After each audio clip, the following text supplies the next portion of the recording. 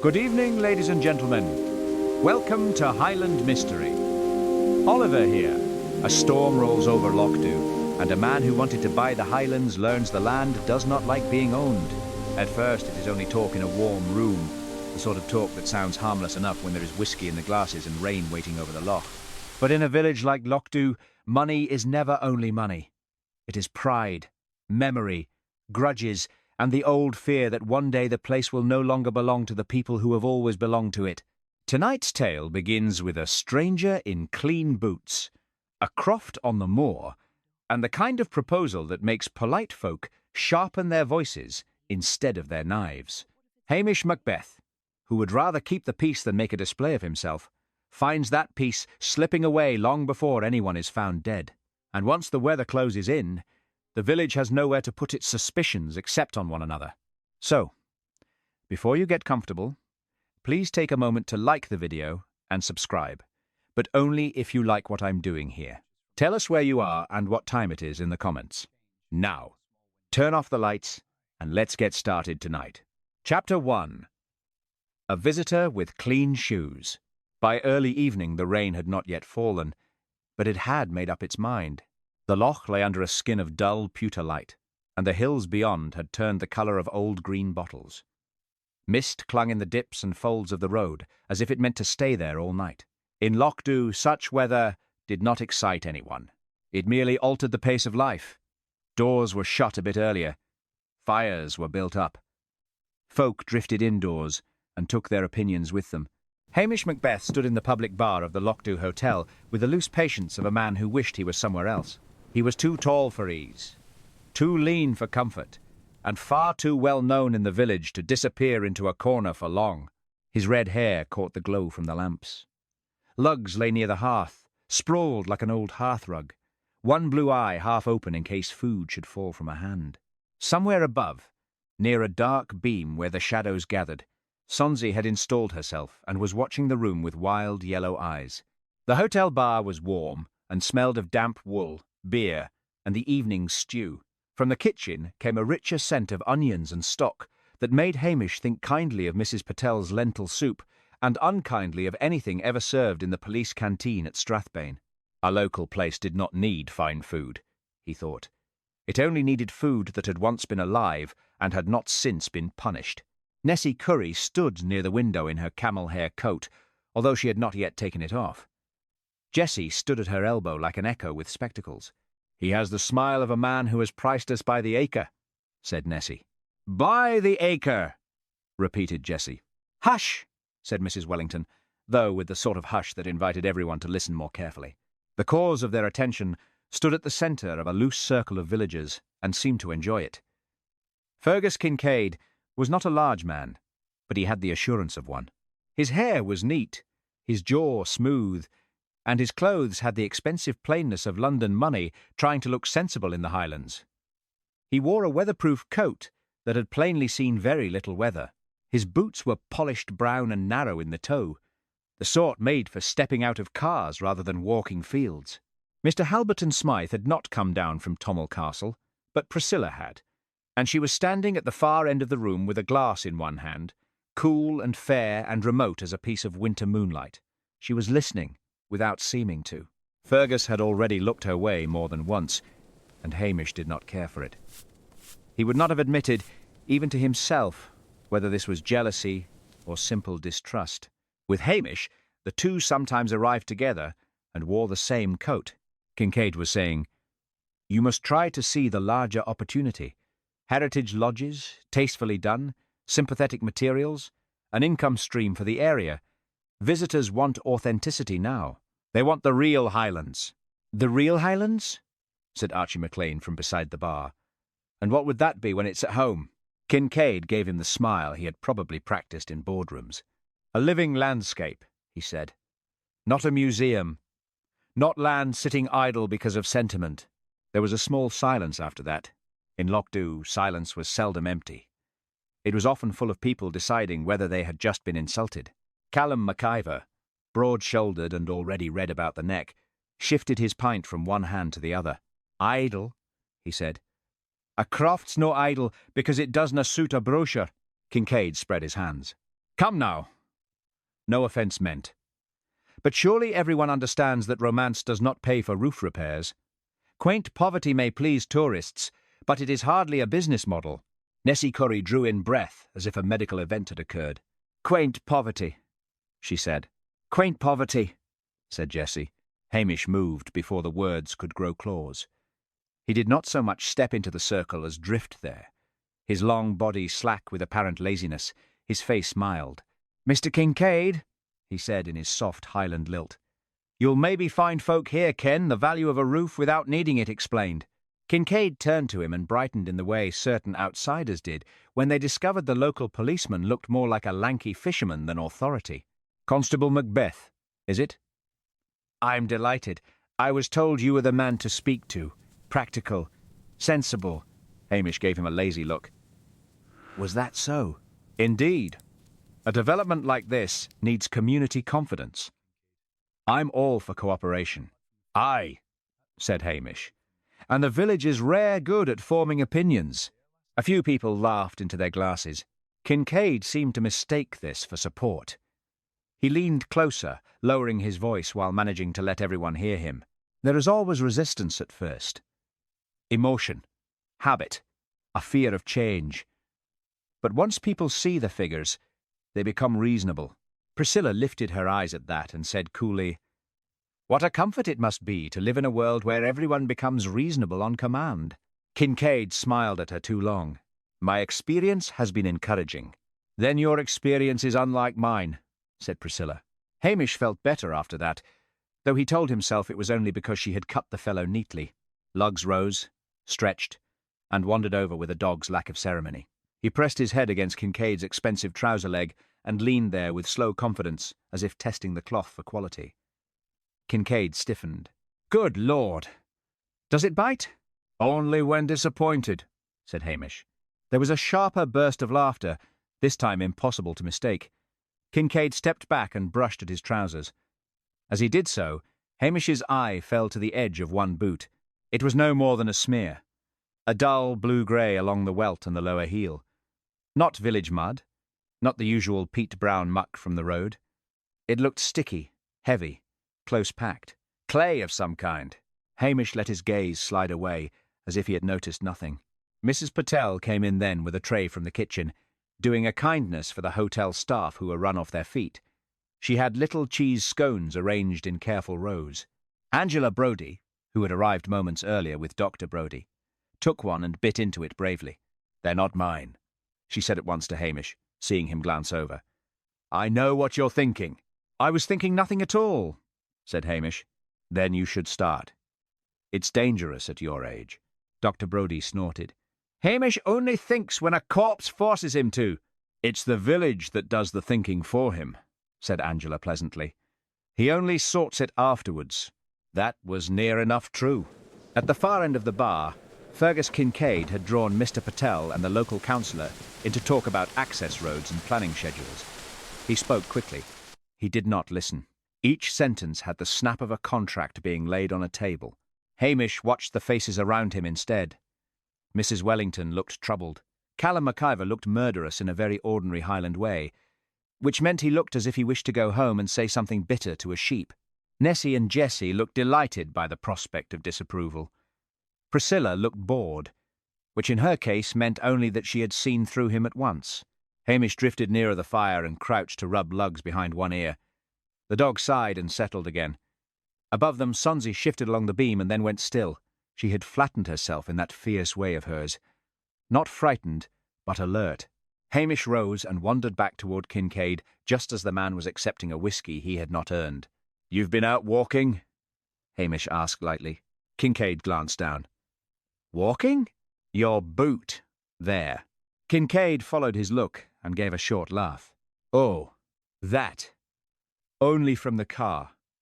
I had a look at the lane outside. Primitive surface." "From the car?" said Hamish. "Yes." "Why?" "No reason." Hamish smiled. "I was only wondering where you'd found clay like that."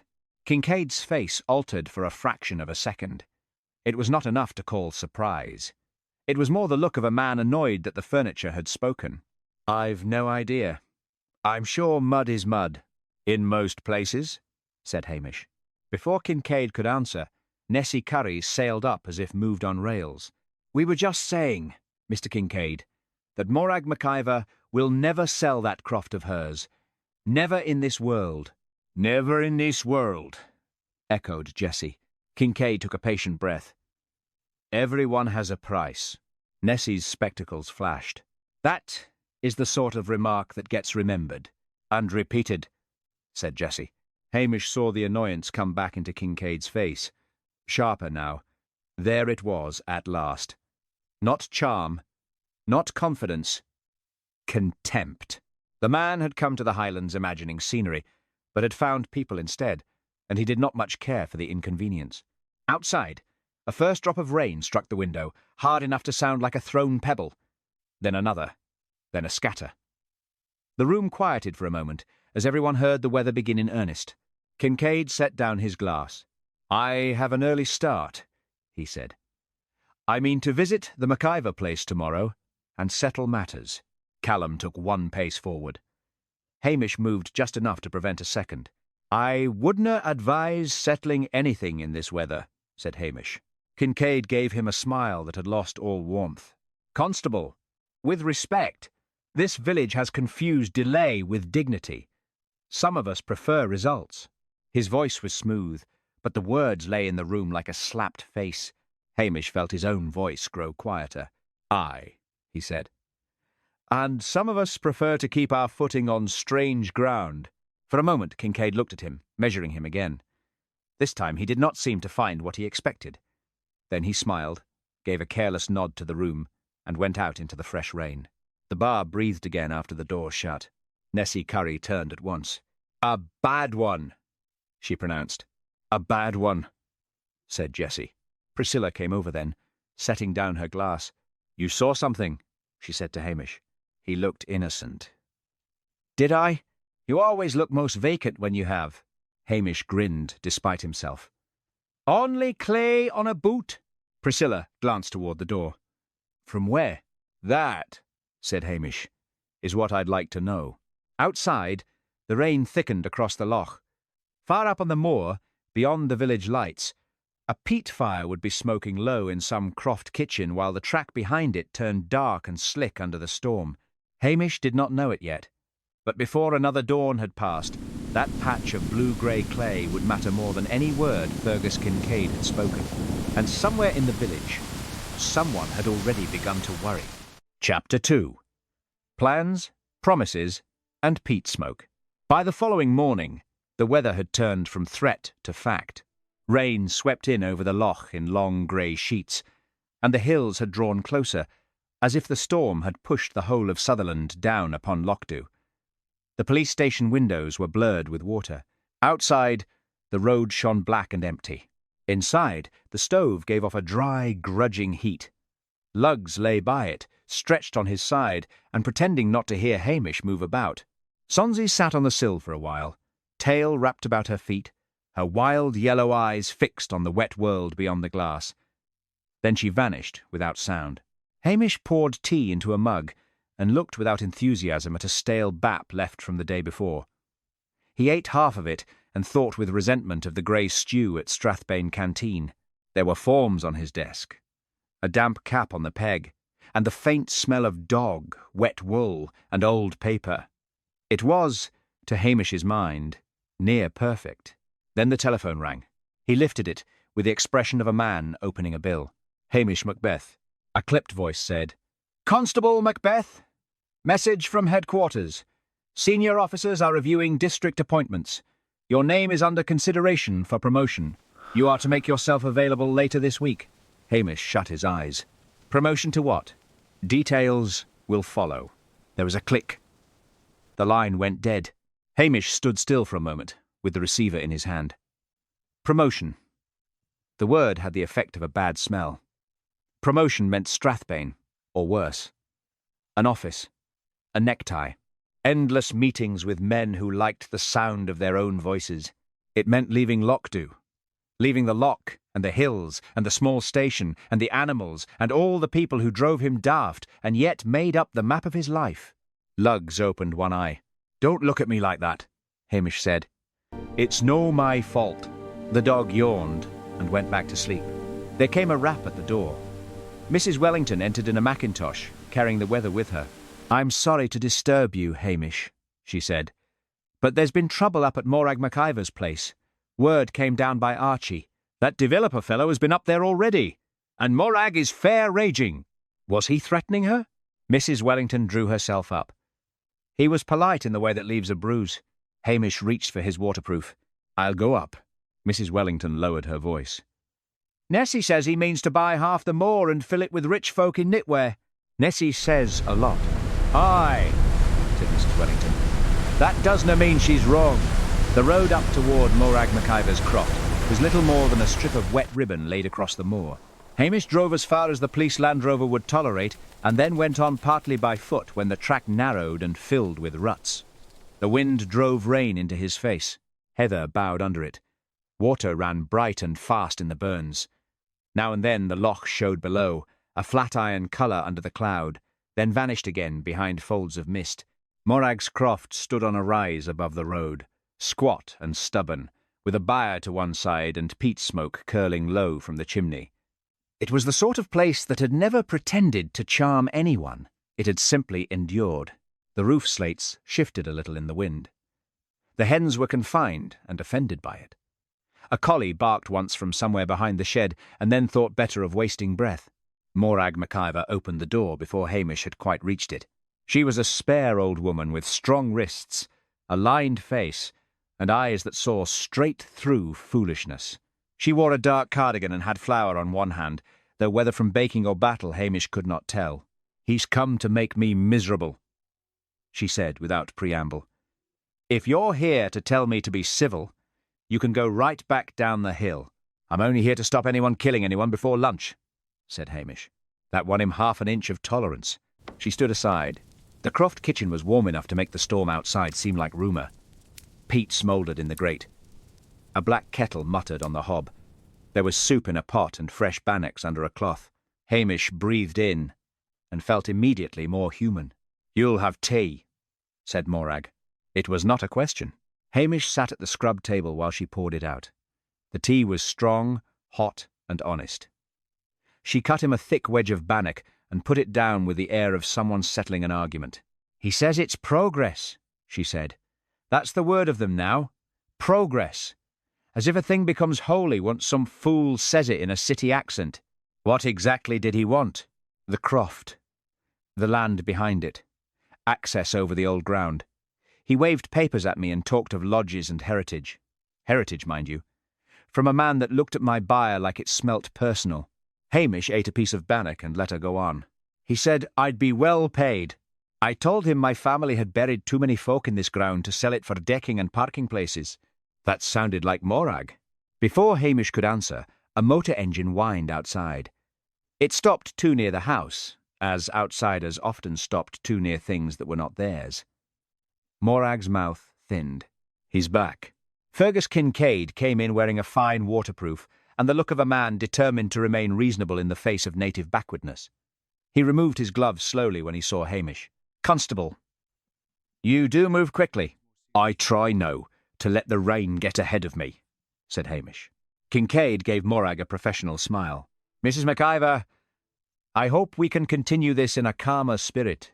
Morag stood by the range and folded her arms. You can continue it off my land. Kincaid sighed, as if patience were a burden imposed on the gifted. I am offering you an opportunity. You are offering yourself bother, she said. Hamish watched him. The man's hair was damp at the edges, but only slightly. He had not walked far. His boots, however, were not clean. There was mud at the sides, and that same faint blue-grey clinging low along the leather. Kincaid saw Hamish looking. Miserable track, he said. No wonder nobody gets anything done up here. Hamish let his face go slack. Did you come up by the road? Of course, by the road. Your boots picked up something queer for the road. Kincaid smiled thinly.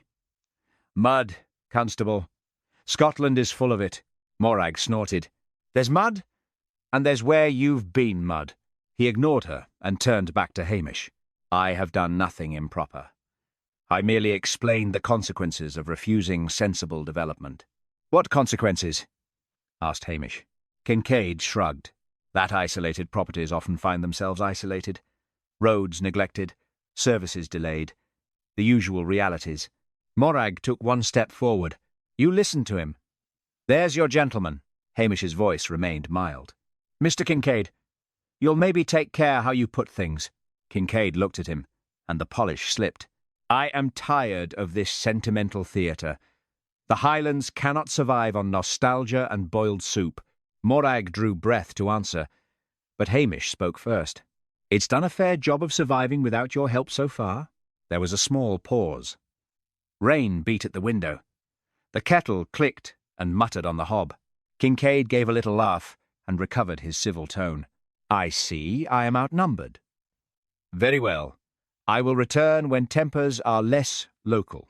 He moved toward the door, then turned back to Morag. You should think carefully. Men with influence do not enjoy being made to look foolish. After he had gone, Morag stood perfectly still for a moment. Then she said, That one would set fire to a blanket and call it renovation. Hamish went to the door and watched Kincaid's car reverse awkwardly in the rain. Instead of looking only at the track, he let his gaze travel past the croft and behind it, over a patch of rough ground where the heather broke away. There's a path yonder, he said. Morag came beside him. Old drove track, hardly used now. Hamish went round the back of the croft with his collar turned up against the rain. The track was half swallowed by heather and bent away over a rise toward the moor. In places the storm had cut into it, exposing firm patches of strange clay, blue-grey and slick as soap. It clung to his boot when he tested it. Not the ordinary peat brown of the village roads. Not the gravel wash near the loch. Something older, heavier, hidden. He crouched and touched it with one finger. The stuff stuck stubbornly. Morag stood under the eaves and watched him. Hardly anybody uses that way now, she said. Only if they've a reason not to be seen. Hamish straightened slowly. The line stayed with him. He looked along the old track as it vanished into mist. It would be easy enough, in weather like this, for a person to come and go unseen. Easier still for someone from outside to think nobody would know the difference. But places had memories. Roads were one thing. Old paths were another. They kept account in their own fashion. When Hamish came back inside, Morag ladled soup into a bowl without asking whether he wanted any. It was thick with barley and root vegetables, and tasted of patience and pepper. Hamish ate it gratefully while the storm worried the roof. "You'll no let him force me?" Morag asked at last. Hamish wiped his spoon with a crust of bannock. "He can bluster all he likes. Threatening folk is another matter." She looked at him narrowly. "And what about the fine men in Inverness? They like money better than crofters." Hamish stared into the peat fire. "They've their own foolish notions." She studied him and saw more than he meant her to. "What now?"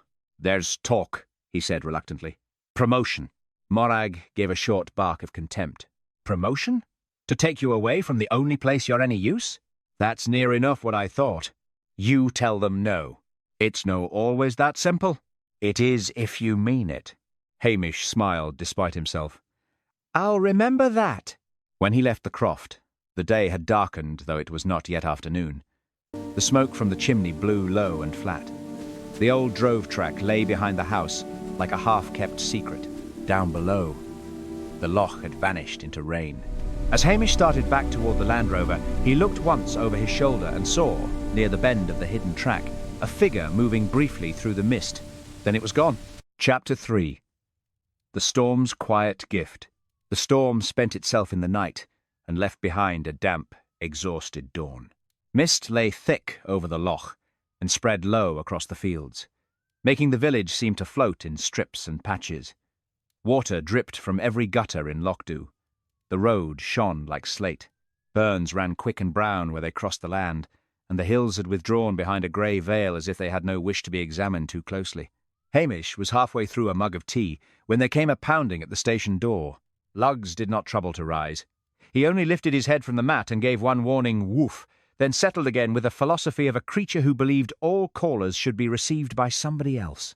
Sonsie, who had been sitting on the windowsill with her tail twitching at the rain, vanished off the ledge and under Hamish's desk. Hamish opened the door to find Archie McLean standing there in sea boots and a sou'wester, wet with mist and urgency. "There's a man up by the old bridge beyond Morag's track," said Archie. "Or what's left of one. I was cutting across to look at the burn and saw him lying there." Hamish set down his mug. "Alive?" Archie shook his head. "No, unless the dead have taken to expensive coats." Hamish's heart sank in the tired, familiar way it always did. A quiet morning had been ruined, and not by anything useful.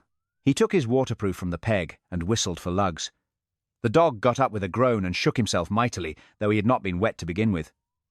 Hamish hesitated, then let him come.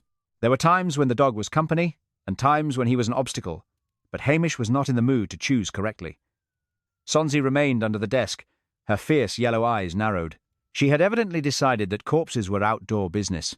Archie led the way up past Morag's croft, the mist moving and closing about them in long, pale folds. The old drove track behind the house was slick and exposed now that the heather had been beaten down by rain. Here and there the strange blue-grey clay showed through where the storm had stripped the surface. It clung to Hamish's boots with grim determination. Morag came out as they passed. "What is it?" she called. Hamish paused. "Best stay in, Morag." Her face sharpened. "It's that man, is it not?" Hamish did not answer quickly enough, and she knew. "God help us," she said, though she sounded more angry than sorrowful. The footbridge lay farther along, where the track crossed a swollen run of water before bending toward the moor.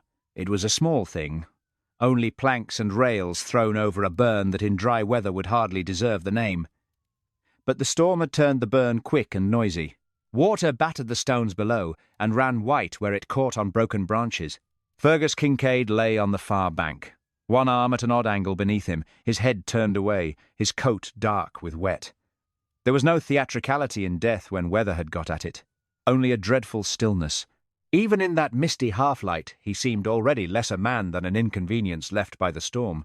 Lugg stopped, sniffed the air, and then looked up at Hamish, as if asking whether this was really necessary. Hamish tied him to the rail of the bridge, where the dog sat down at once, more offended than alarmed. Hamish crouched beside the body. Fergus had no pulse. His face was pale and set. There was mud along the back of his coat, and both boots were clogged thick with the blue-grey clay from the drove track. Not a trace of mere roadside muck now. He had walked here, all right, and not by accident. Hamish looked back at the bridge. One of the planks near the middle had shifted badly. It slanted lower than the others, its fastening strained loose. A fall in darkness, in weather like last night, would be easy enough to imagine. Too easy. He moved with care onto the bridge and crouched again. Rain might rot wood, wind might shake things loose, but this had a tampered look to it. The fastening was fresh-marked, the grains scored at the edge.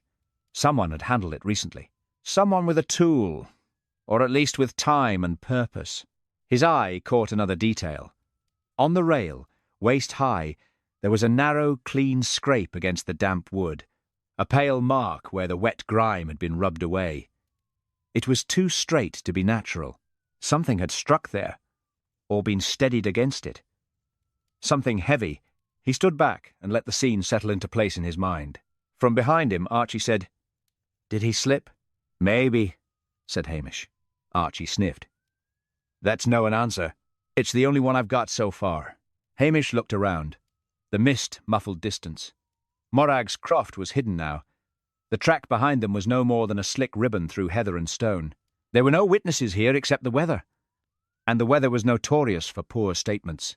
By the time he sent Archie back down to the village telephone and waited for the message to go through to Strathbane, Hamish already knew what would happen next.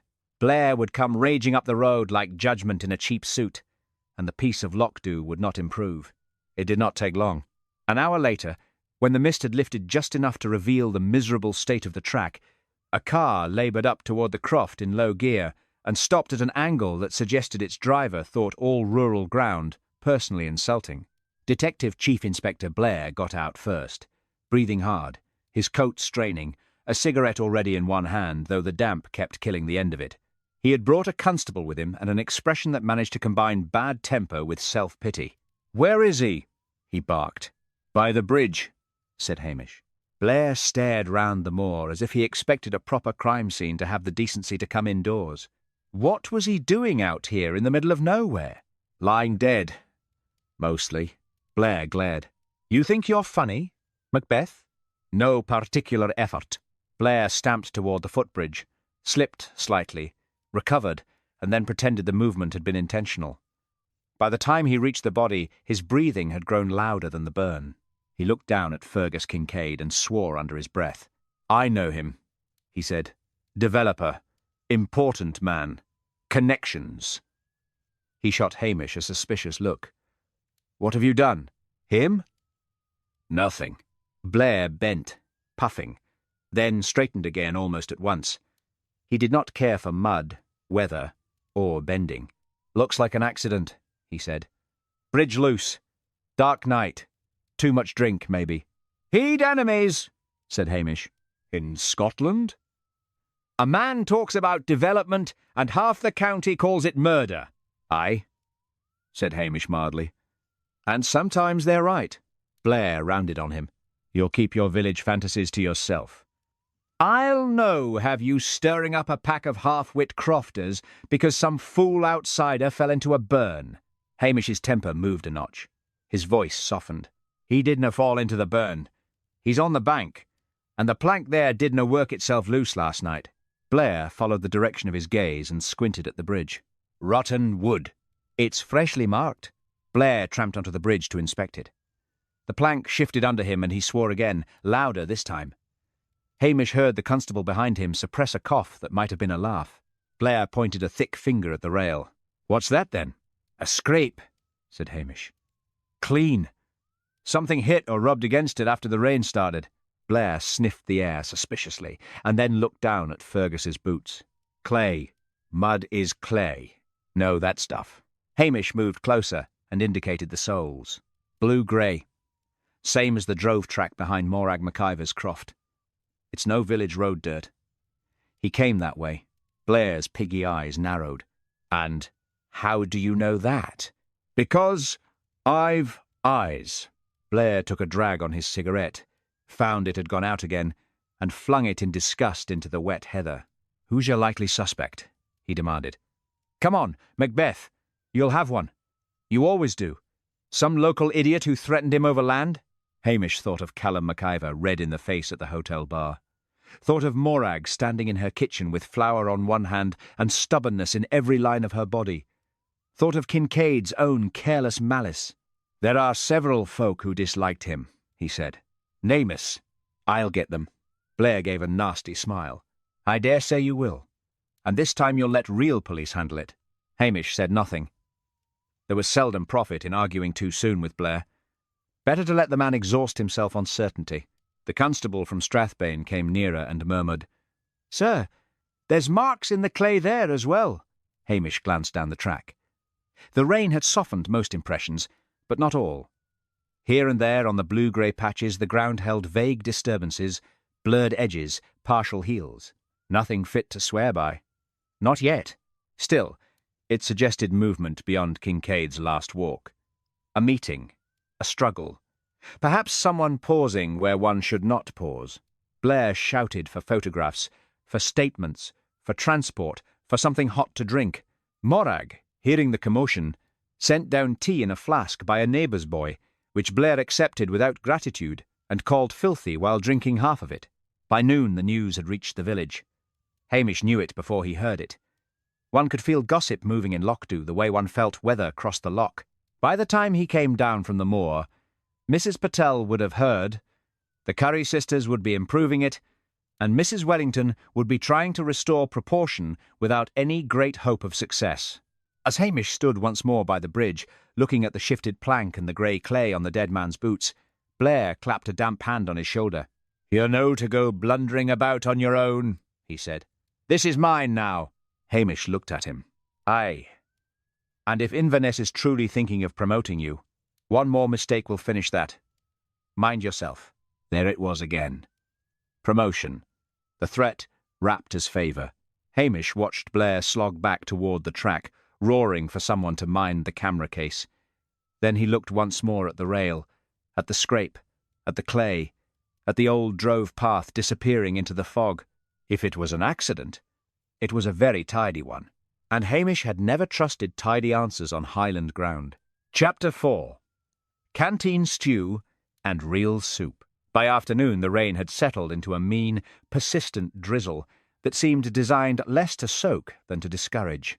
Hamish drove down to Strathbane with the discomfort of a man carrying both duty and indigestion. The road out of Loch twisted through wet hills and low mist. The loch appearing now and then between the trees like a strip of dark metal. He had left lugs at the station, sprawled before the stove in a way that suggested a dog could survive quite well without police work, and Sonsie on the windowsill, fierce and motionless, as if she had undertaken a private watch on the weather. Strathbane Police Station had all the warmth of a damp filing cabinet. The corridors smelled of floor polish, wet coats, and disappointment. By the time Hamish was shown into Blair's office, he had already lost what little appetite he had brought with him. Blair sat behind his desk in a state of grievance. His face was flushed, his tie crooked, and there was the old scent of stale whiskey about him despite the hour. He had a cigarette smouldering in an ashtray, and a pile of folders spread before him as if paperwork might one day rise up and defend him.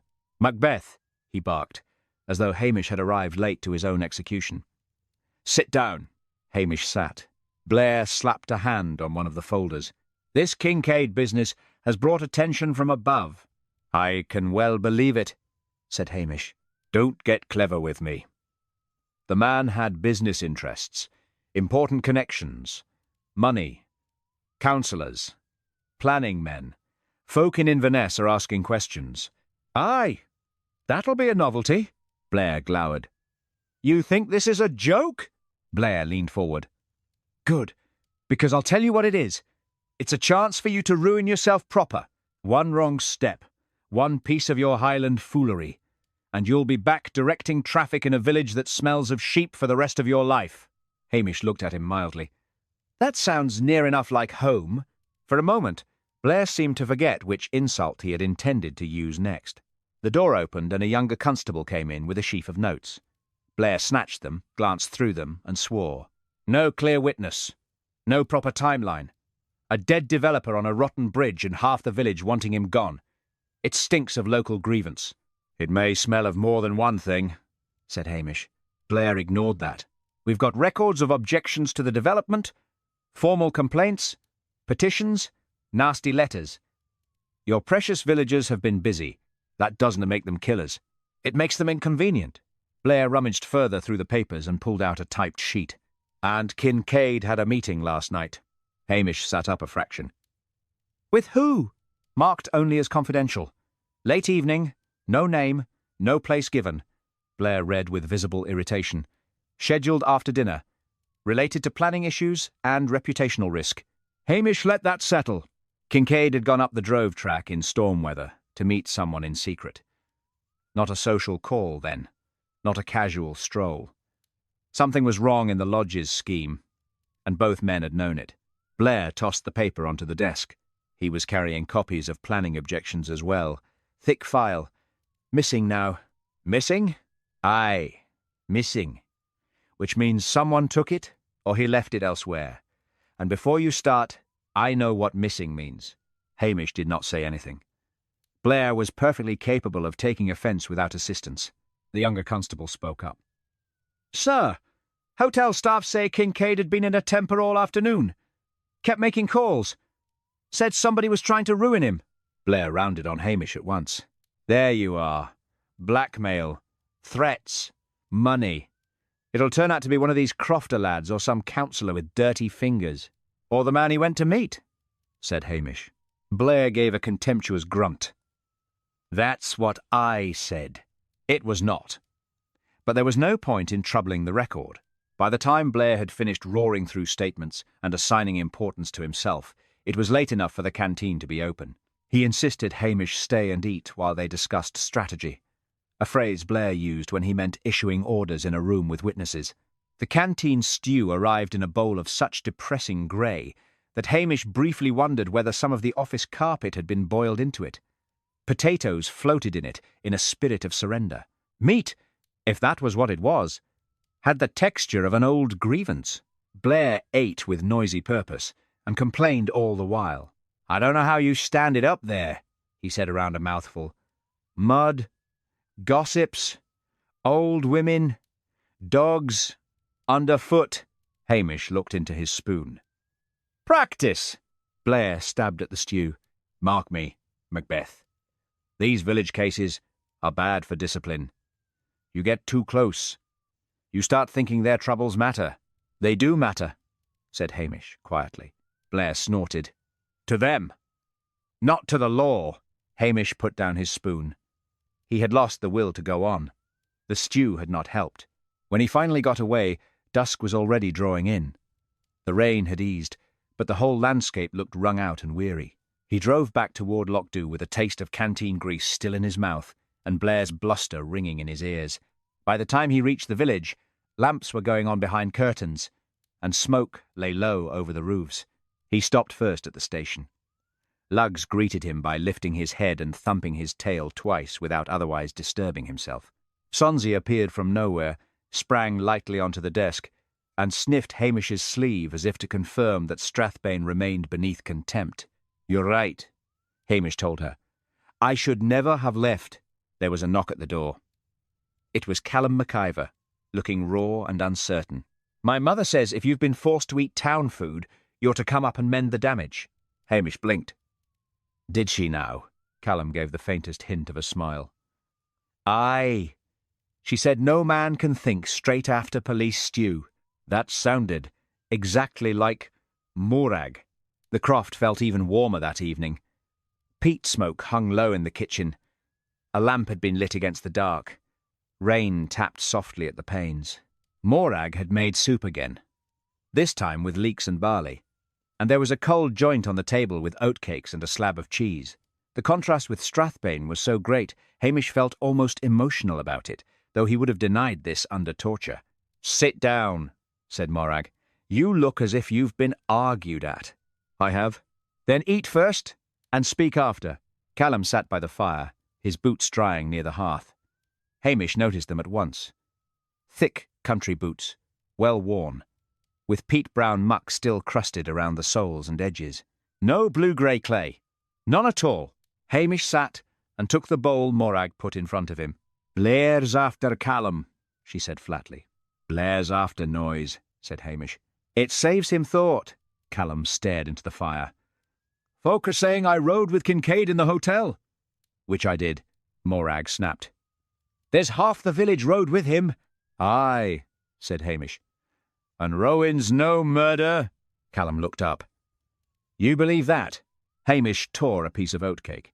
"I believe if you'd gone out in the storm by the bridge, you'd have brought back more than common road dirt." "Where were you after you left the hotel?" "Home," said Callum. "Home and sour all evening. Ask my mother." Morag sniffed. He was here, stomping about and frightening the kettle. Hamish nodded slowly. "And you never used the old drove track?" "No." "Why would I?" "To avoid being seen." Callum looked blank, then offended. "I've no need to creep about my own mother's hill." That had the ring of truth. Morag set down her own spoon. "What did the fat man learn, then?" she demanded.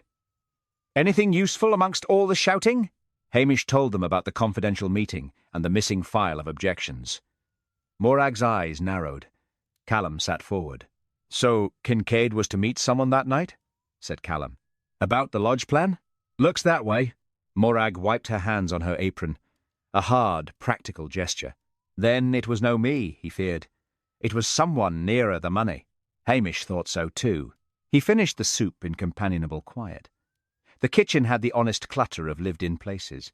Coats drying, boots by the door, a basket of washing waiting its turn, a dishcloth hung by the range. It struck him, as it sometimes did in village houses, that ordinary domestic life was always quietly tidying after trouble, wiping surfaces, mending hems, keeping chaos from looking like victory. Morag poured tea. "There's something else," she said. "This morning, before Archie found him, I saw Ewan McCrae's motor on the lower road." Hamish looked up. "The estate factor?" "The very one."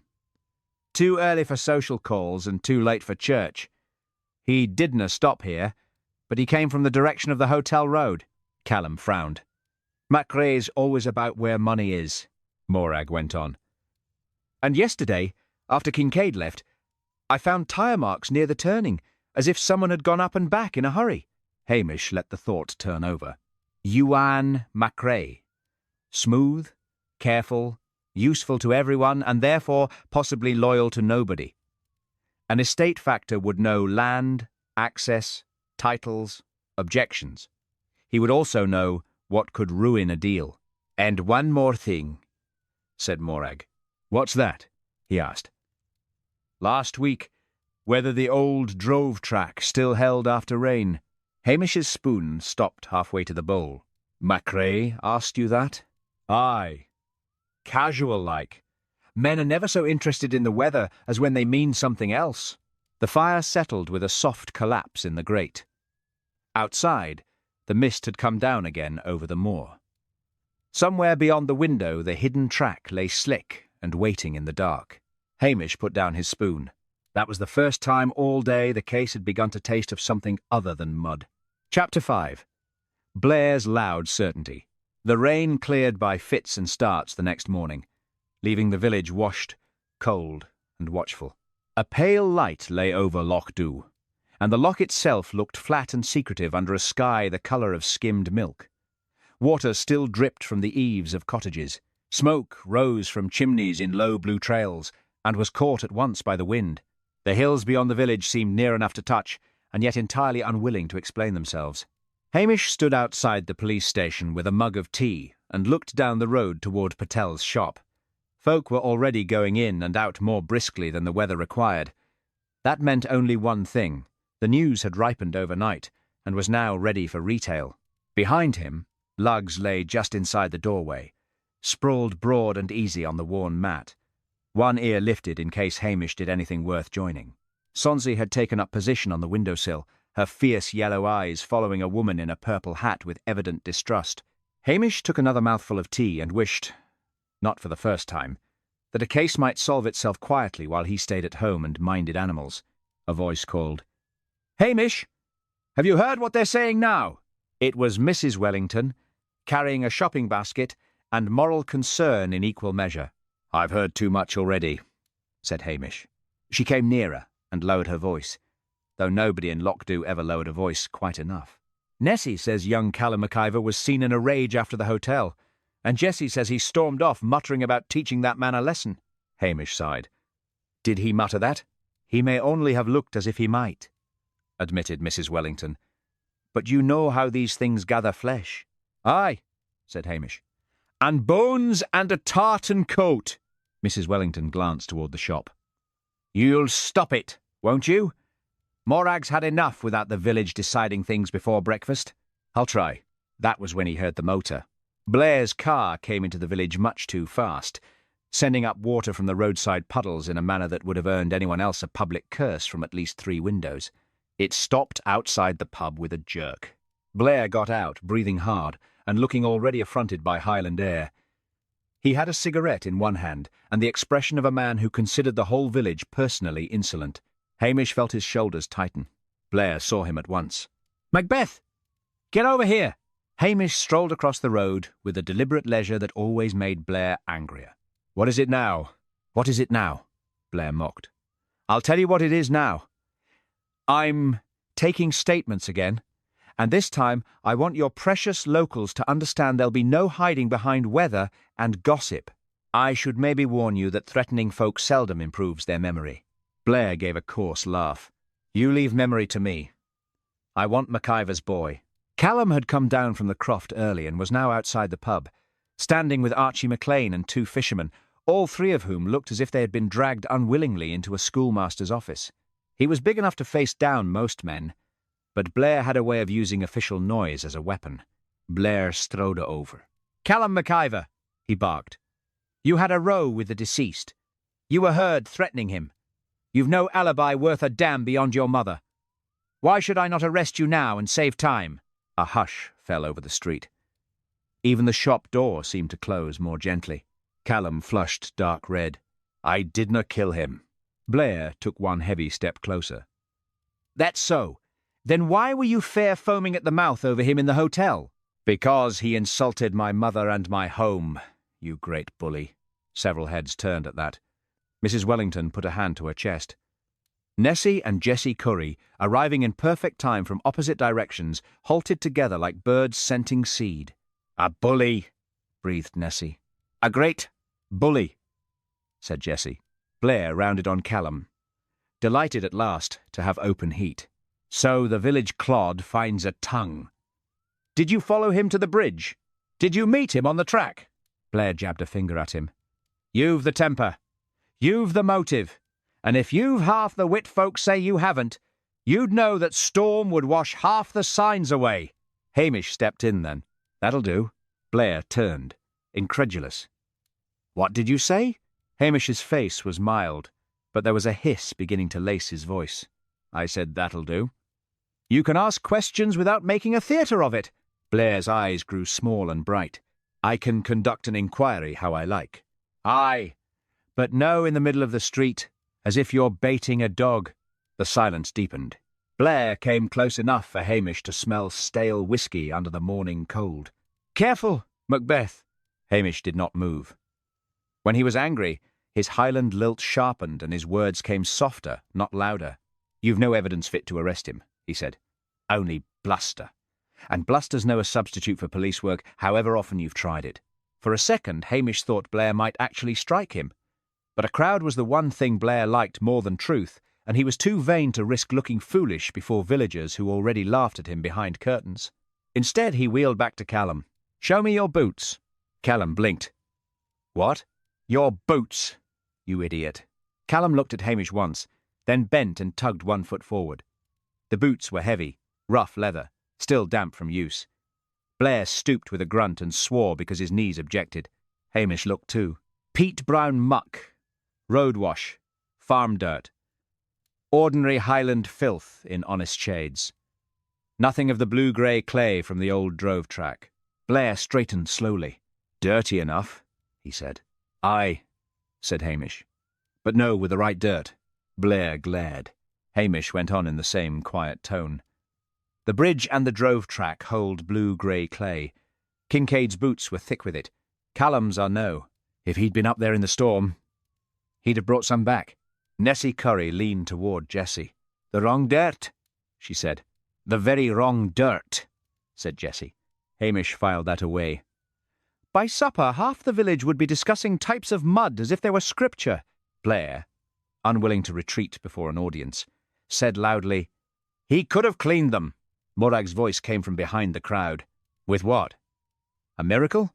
She had come down from the croft in a dark coat, and stood now like judgment itself, small and hard and unimpressed. Folk parted for her without deciding to. Callum's jaw tightened, but he said nothing. Morag looked Blair up and down. If you mean to arrest my son, do it.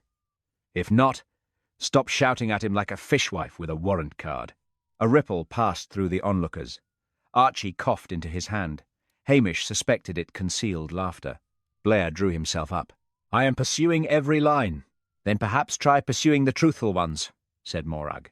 Hamish intervened before Blair burst something important. Callum, where were you after leaving the hotel that night?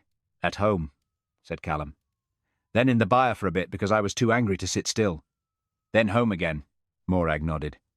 I heard him in and out half the evening. He was as subtle as a kicked bucket. Hamish turned to Blair. There you are, Blair sneered. A mother's word. It's more than you had 5 minutes ago. Blair's face darkened unpleasantly.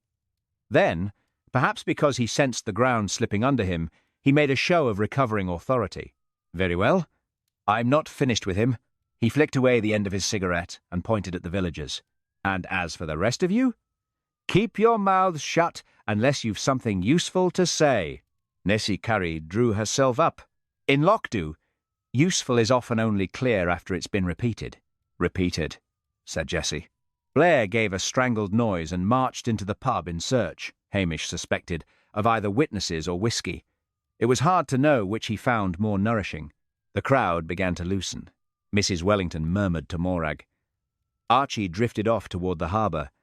Callum stood with his hands jammed in his coat pockets, trying not to look shaken. Hamish laid a hand briefly on his arm. "You'll no go storming about to prove anything foolish." Callum gave him a bleak look. "I'm angry, no stupid." "That's a help." Morag studied Hamish's face. "You're thinking." "I try not to do it in public," said Hamish. But he was thinking. Callum had motive enough for gossip, and not enough for proof. His boots cleared him of the drove track. Unless one wished to invent a cleaning ritual no Highland son would ever attempt. And Blair, by making a spectacle of the boy, had done the worst possible thing.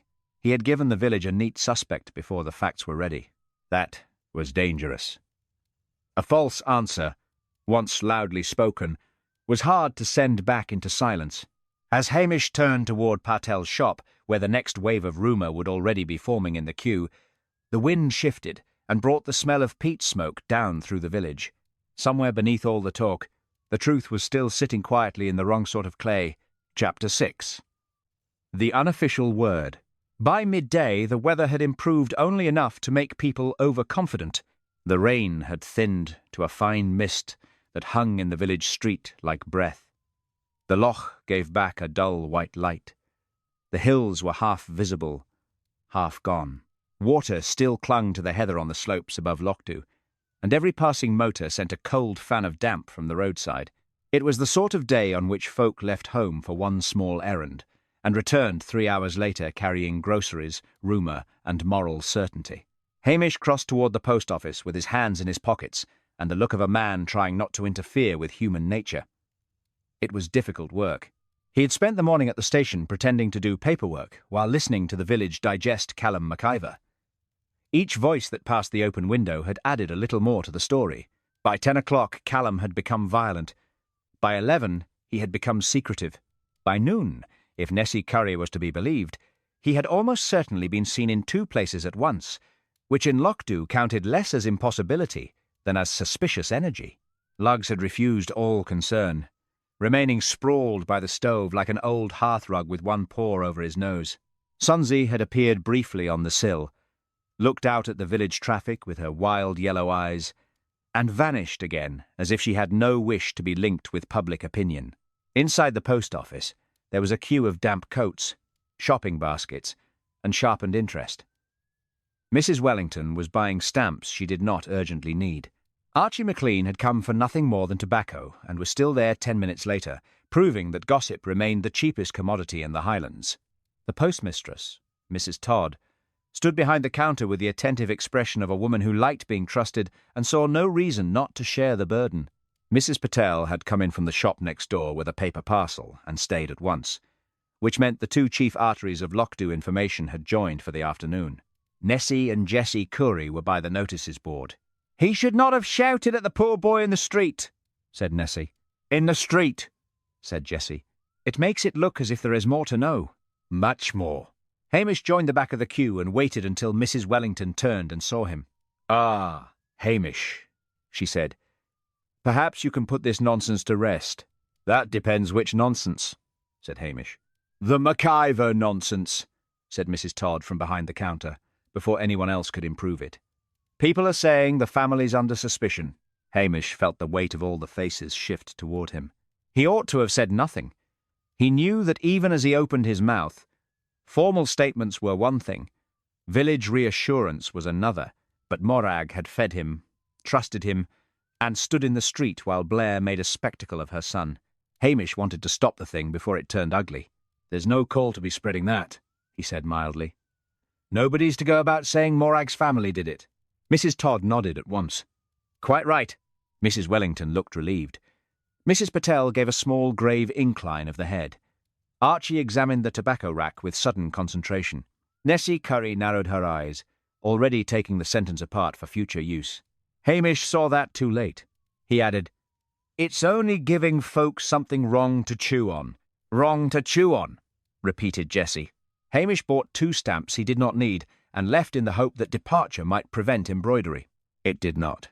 He had got no farther than the door of Patel's shop next door before he heard Mrs. Todd say, in the careful public tone of a person trying to be responsible, "Constable Macbeth says Morag's family are not to be talked about.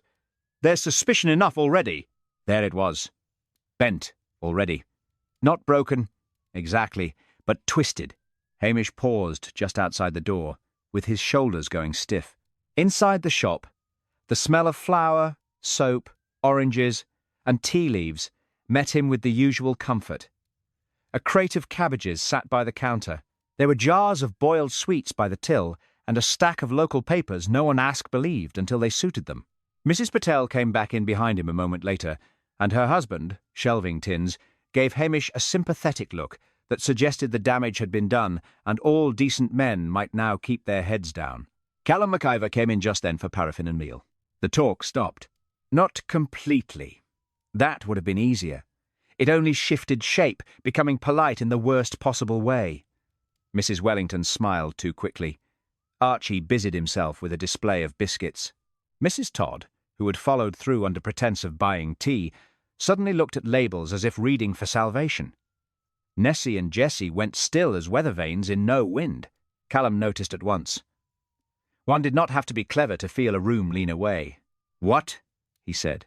"No one said anything," replied Mrs. Todd, which was the sort of answer that admitted everything. Callum's face darkened. He looked from one to the next, and then fixed on Hamish.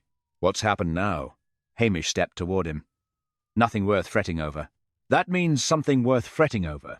Mrs. Patel, kind but tactless in the way of honest people, said softly, "It is only that people are worried." "Worried about what?" asked Callum. Nobody answered. Which answered well enough. Callum set down the tin measure he had just picked up. "So now I'm to be looked at over lentils and paraffin?" Nessie Curry drew breath. "We only think it strange," she said, "that Constable Macbeth said your family should not be spoken of unless there were reasons," Jessie said. "Reasons?" Hamish turned on them. "That's not what I said." Nessie lifted her chin. "It is what was understood, and there's many a truth first arrives in poor clothes," added Jessie. Callum stared at Hamish, hurt sharper than anger now. "You said that?" "I said folk were to spread it." "But they are spreading it." Hamish had no answer good enough. Callum left the shop without the paraffin. The bell over the door gave a foolish little jingle behind him. Through the front window, Hamish watched him stride away toward the road out of the village, shoulders set hard as gateposts. Mrs. Patel said quietly, "That has gone wrong." "Aye," said Hamish. Mrs. Todd looked distressed. "I only meant to calm things." "I know. That was the trouble in Lochdu. Folk often did the wrong thing out of the right feeling, then improved the result by repeating it." Hamish went after Callum, but found only the damp road, the mist, and the fading print of boots at the edge of the verge. He turned back toward the station with a sick sense of waste.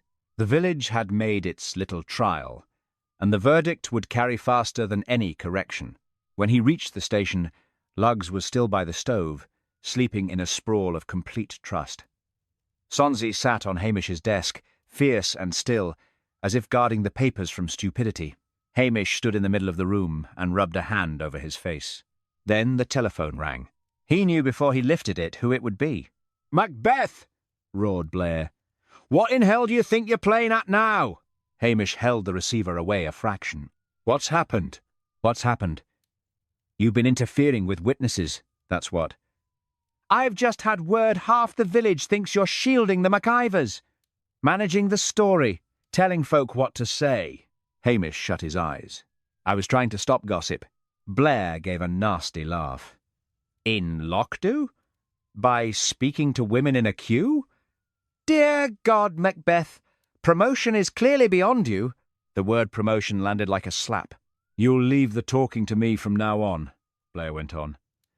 "And if that family bolts or closes ranks because of your sentimental meddling, I'll see you buried in paperwork till retirement." The line went dead. Hamish stood with the receiver in his hand, while the rain ticked lightly at the window. He had meant kindness. He had managed suspicion. Morag's name would now travel through the village wrapped in caution, which was often worse than accusation. Doors would not slam in her face, perhaps, but they would open a little slower. Eggs might go unsold. Greetings might turn careful. Lochdu could wound without ever raising its voice. Lugs thumped his tail once in sleep. Sonsie blinked at Hamish, as if unimpressed by the species. Outside, Along the damp street, the story was already running ahead of him. Chapter 7. Tommel, Castle, Tea and Tight Smiles. The afternoon brightened in the false way Highland weather sometimes did, as if the day had decided to behave after already doing its damage. A weak, colourless sun showed itself above the hills. The loch took on a pale metallic gleam. Mist still lingered in the folds of the land, and the wind carried the damp smell of heather, whetstone, and peat smoke down into the village. Lochdew looked almost innocent again, which only made Hamish distrust it more. He left lugs asleep before the station stove, sprawled in luxurious disregard of duty, and set out for Tommel Castle Hotel. Sonsie watched from the sill with her fierce yellow eyes, then turned away as if hotel society was beneath even feline contempt. The road to Tommel Castle wound above the loch and through stands of dripping fir. The hotel itself rose out of the wet greenery in a display of polished stone and expensive confidence. It had once been a proper Highland house. Now it had the air of a place that had been taught to flatter visitors. Flower tubs stood to attention by the front steps. The gravel drive had been raked into obedience.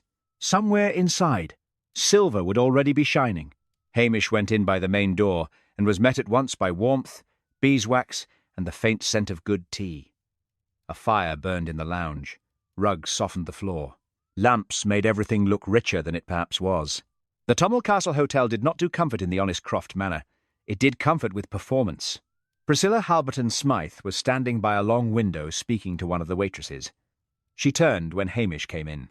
She wore a dark green skirt and cream blouse, and looked so perfectly put together that Hamish, who had come from the village in a weathered waterproof, felt himself grow more aware of his own elbows.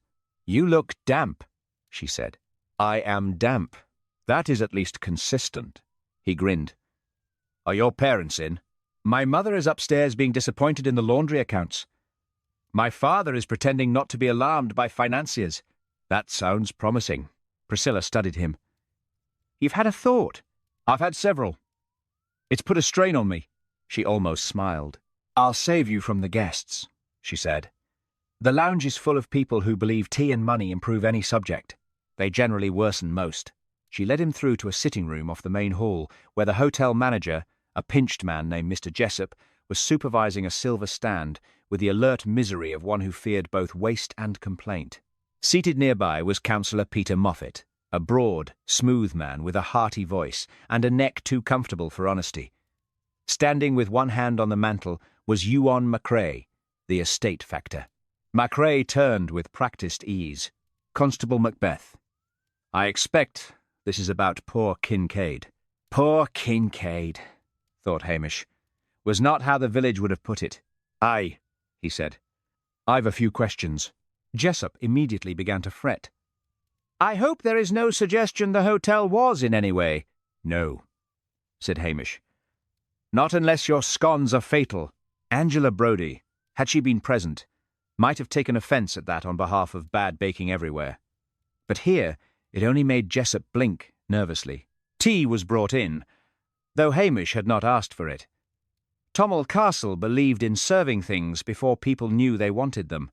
There were thin sandwiches, little iced cakes, and scones so neat they looked as if they had never been mixed by human hands. Hamish took a cup and wished privately for Morag's kitchen and a thick mug instead. Macrae poured his own tea with careful fingers. He was a handsome man in a polished way, with smooth dark hair and an expression of permanent tact. Everything about him suggested reliability. Hamish had long ago learned to be cautious of people who carried themselves like guarantees. Councillor Moffat leaned back in his chair. "A dreadful business," he said. "Absolutely dreadful." Fergus was energetic, perhaps, but he meant well. "Did he?" asked Priscilla coolly. Moffat gave her a pained look. "He meant investment. That is not always the same thing." Jessup cleared his throat. "The hotel had hoped," he said carefully, "that the development might increase traffic. Better occupancy in winter. More events. More money," said Hamish. Jessup coloured. "Sustainability. That as well." Hamish let them settle under their own politeness for a moment. Then he said, "Mr. Kincaid had a confidential meeting the night he died." There was a slight stillness in the room. Not a dramatic one, just enough for a man trained to notice such things. Did he? Said McRae. Aye. Related to planning objections and reputational risk. Moffat shifted in his chair. Planning matters can be contentious. So I'm hearing. Jessup busied himself with the teapot. Hamish looked at McRae. You knew him well? Well enough. We had mutual interests in local land use, meaning access and permission, meaning practicalities. And did you see him that evening? McRae smiled faintly. No, I had no reason to. Hamish drank some tea. It was excellent, which he resented on principle. Morag McIver says you asked recently whether the old drove track behind her croft still held after rain. McRae's hand paused only for a second on the saucer. A small pause. But there. Did I? He said. I ask many things. Land is my business. What business had you with that track? General curiosity. That sounds expensive, said Hamish. Priscilla turned away very slightly, hiding amusement. Hamish set down his cup and let his gaze travel, apparently idle, to McRae's shoes. They were excellent brogues, brown leather, well kept. On the outer edge of the left sole, where a lesser eye might never have bothered, there was a faint, dried smear, blue-grey, no more than a streak, thin as a brush touch. Entirely wrong for a carpeted hotel lounge. Entirely wrong for the clean gravel drive outside. Hamish said nothing at first. He asked Jessup about hotel finances. He let Moffat speak too much about tourism. He let McRae explain, with polished patience, that local feeling had to be respected while not permitted to interfere with progress. Progress again. There it was. The modern word used by men who wish to make old things disappear and call it kindness. The more they talked, the more certain Hamish became that fear was moving under the surface here. Not village fear, financial fear. The hotel needed investment. Moffat needed the development to look wise. McRae needed something harder to name, something personal and tightly kept. Then the door opened without ceremony, and Blair came in. He had not improved since morning. His coat was damp at the hem. His tie had given up. He brought with him the smell of cigarette smoke and self-importance, and at once altered the room by making it smaller. "Ah!" he said loudly, looking round as if he owned the walls. "So this is where the social set's hiding." Jessup sprang up. "Inspector." "Chief Inspector," said Blair, helping himself to a cake. "Don't mind me." Hamish minded him enormously. Blair pointed the half-eaten cake at Moffat. "You, counsellor. You backed Kincaid's scheme." Moffat gave a strained smile. "In principle, yes. And you," Blair said to Jessup, "wanted his money." Jessup made a helpless gesture. "The hotel has obligations." "Exactly. So any of you might have wanted words with him," McRae said calmly. "If you are accusing us, perhaps you might do it with more precision." Blair snorted. "Precision comes after arrest." Hamish felt his patience thinning. "Maybe let folk answer first." Blair rounded on him. "Maybe I'll conduct this inquiry." Macbeth. "Aye," said Hamish softly. "You're doing wonders for the furniture." There was a brittle silence. Blair ignored it because he never recognized tones finer than his own. Priscilla stepped in then, cool as ever. "If you are quite finished trampling the room, perhaps you might ask proper questions. The guests are not deaf, and this is still a hotel." Blair glared at her, but did not dare snap back as he would have done to most women. "Class had uses," Hamish reflected. McRae set down his cup. "I have answered everything I can," he said. "I was not on the moor that night." Hamish looked at his brogue. McRae followed his gaze too late. Hamish spoke lightly, almost lazily. "That's an odd place to pick up blue-grey clay, then." For the first time, McRae lost his expression. Moffat looked sharply down. Jessup blinked. Blair lumbered closer. "What clay?" Hamish pointed. "There. Left shoe. Tiny bit." Blair bent with difficulty and gave a grunt. "Could be anything." "It could," said Hamish. "But it looks a lot like the stuff from the old drove track behind Morag McIver's croft. The one you say you've not been near." McRae straightened. "I walked part of the estate 2 days ago."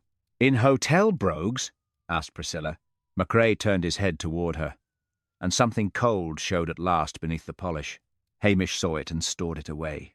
Outside the window, the pale sun slipped behind cloud again. The room seemed suddenly tighter, the tea too delicate, the cakes too neat. One small smear of clay had changed the temperature. Hamish rose. "That'll do for now," he said. Blair began to protest, but Hamish was no longer listening to him. He was watching Macrae, and Macrae, for all his careful manners, had the look of a man who had just discovered that a very small thing might ruin him. Chapter 8. A neat answer that won't sit still.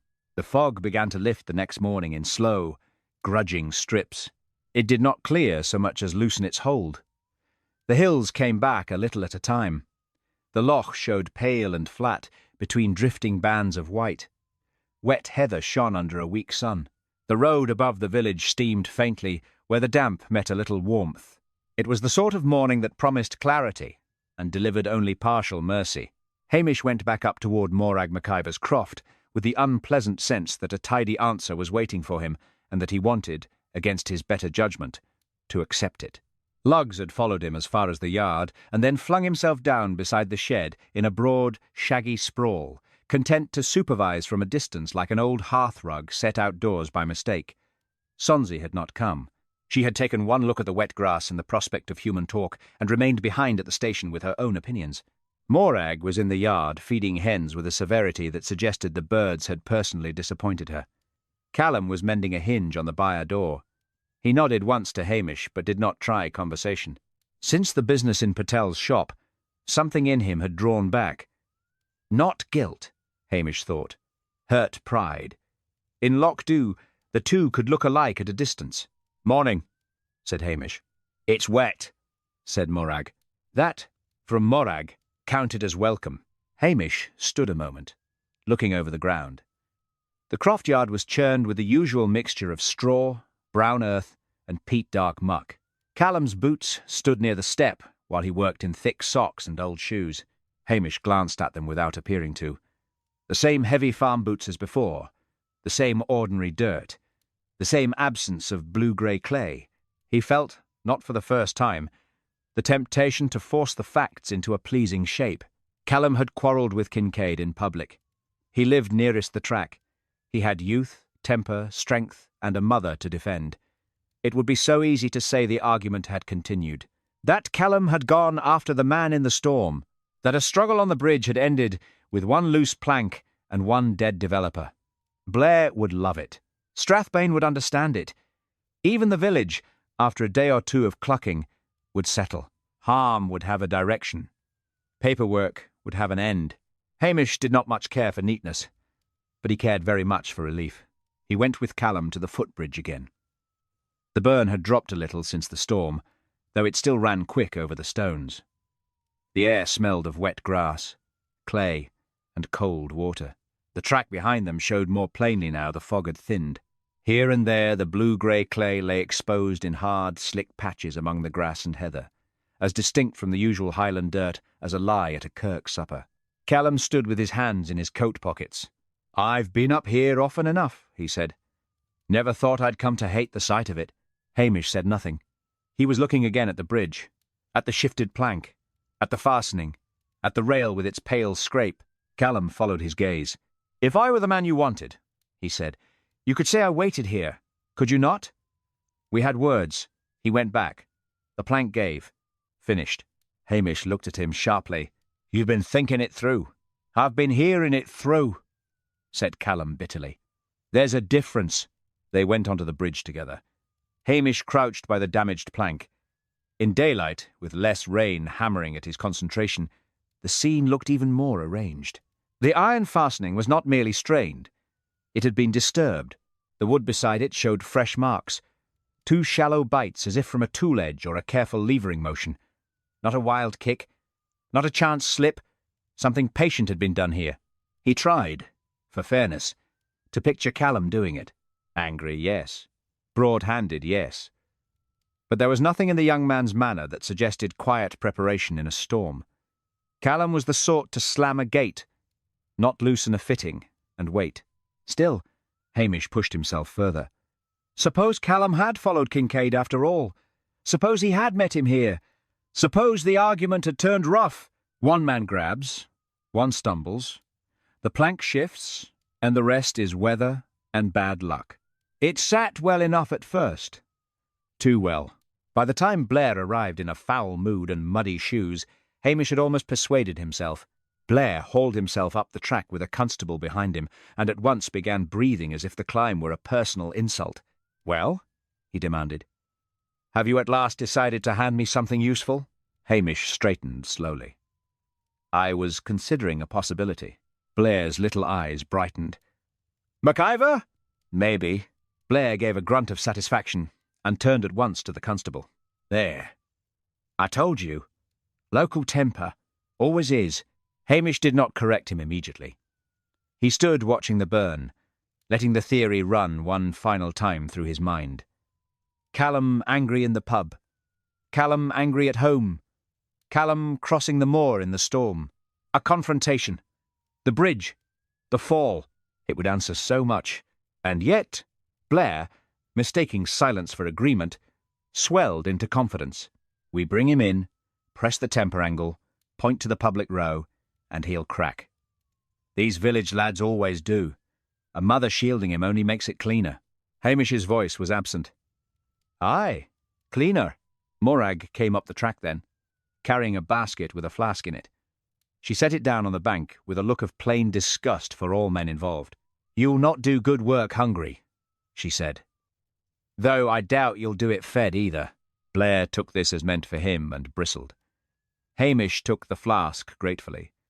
It held real soup, thick and peppery, and smelling faintly of leek. He drank from the cup while Blair talked of warrants, procedure, and how Inverness would appreciate a quick result.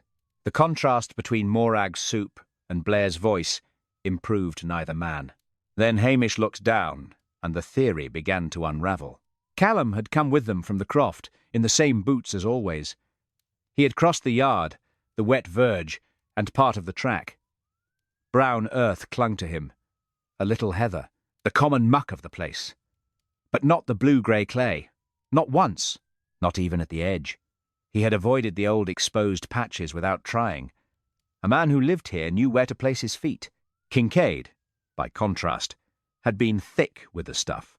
Hamish set down the cup. "Callum," he said, "show Blair where you came from the hotel the night of the storm." Callum frowned, then pointed back along the ordinary road line below the rise. "That way, if I'd gone anywhere. The road and the yard." "Why?" Hamish moved off the bridge and crouched where the old drove track narrowed between two gorse clumps. The blue-grey clay showed there in a long exposed ribbon. On one side, a habitual local path skirted the worst of it along firmer brown ground. On the other, a stranger coming direct would step straight through. He looked at Callum's boots again. Then at the remembered state of Kincaid's. The difference was plain once he stopped wanting not to see it. Blair was still talking.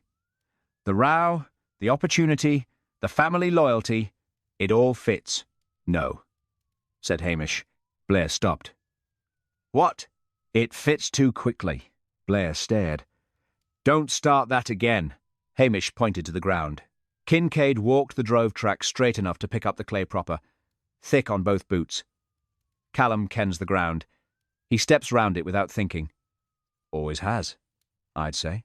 Even now he's no picked up the same stuff. Callum looked down as if his own boots had taken sides. Blair flushed. "He could have cleaned them before." "He didna," said Hamish. "And if he had, the habit of walking the place would still be different." Kincaid moved like a man with no knowledge of the track. "Callum wouldna," Blair snorted. "That's intuition. I need evidence." Hamish crouched by the fastening again and touched the scored wood. "Here's some, then. This was handled. Fresh marks. Not from a scuffle. Someone worked at it before the fall, or during, with more care than fury," Callum said quietly. "I've no tools on me when I'm in a rage." "Morag," from the bank, muttered. "No one's ever accused you of tidy anger." Hamish almost smiled. He ran his finger along the edge of the metal. The marks were small but repeated, the work of someone accustomed to fittings and maintenance, or at least not afraid of them. A factor, a manager. A practical man in expensive shoes. Not a crofter's son blinded by temper. Blair's certainty began to sag.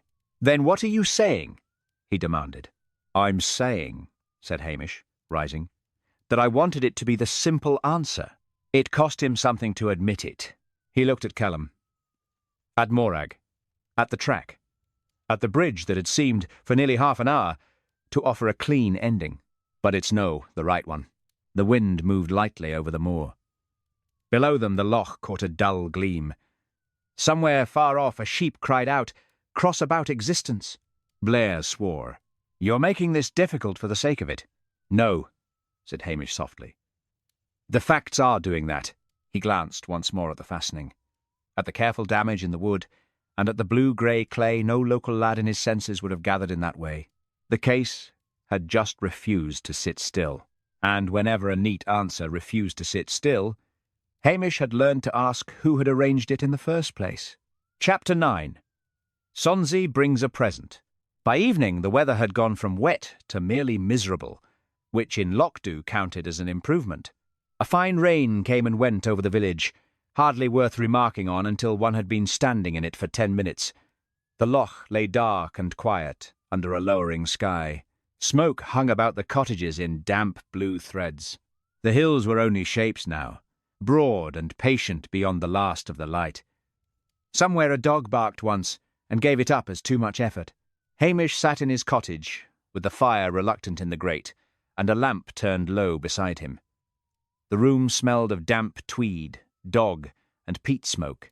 Lugs had taken possession of the hearthrug, and lay stretched across it in the old familiar sprawl of a creature who believed comfort to be the highest form of wisdom. Every now and then he opened one eye to check that Hamish was still there, and had not done anything foolish. Hamish had a mug of tea in his hand, and a sour temper in his head. Promotion. The word had followed him about all day like an unpaid bill. It had been there in Blair's threats, in Morag's blunt advice, in his own mind when he least wanted it. The very notion of being prized by Inverness made him uneasy. It meant desks and schedules and superiors who liked the sound of regulations. It meant leaving Lochdu to men like Blair, which was a moral objection as much as a personal one.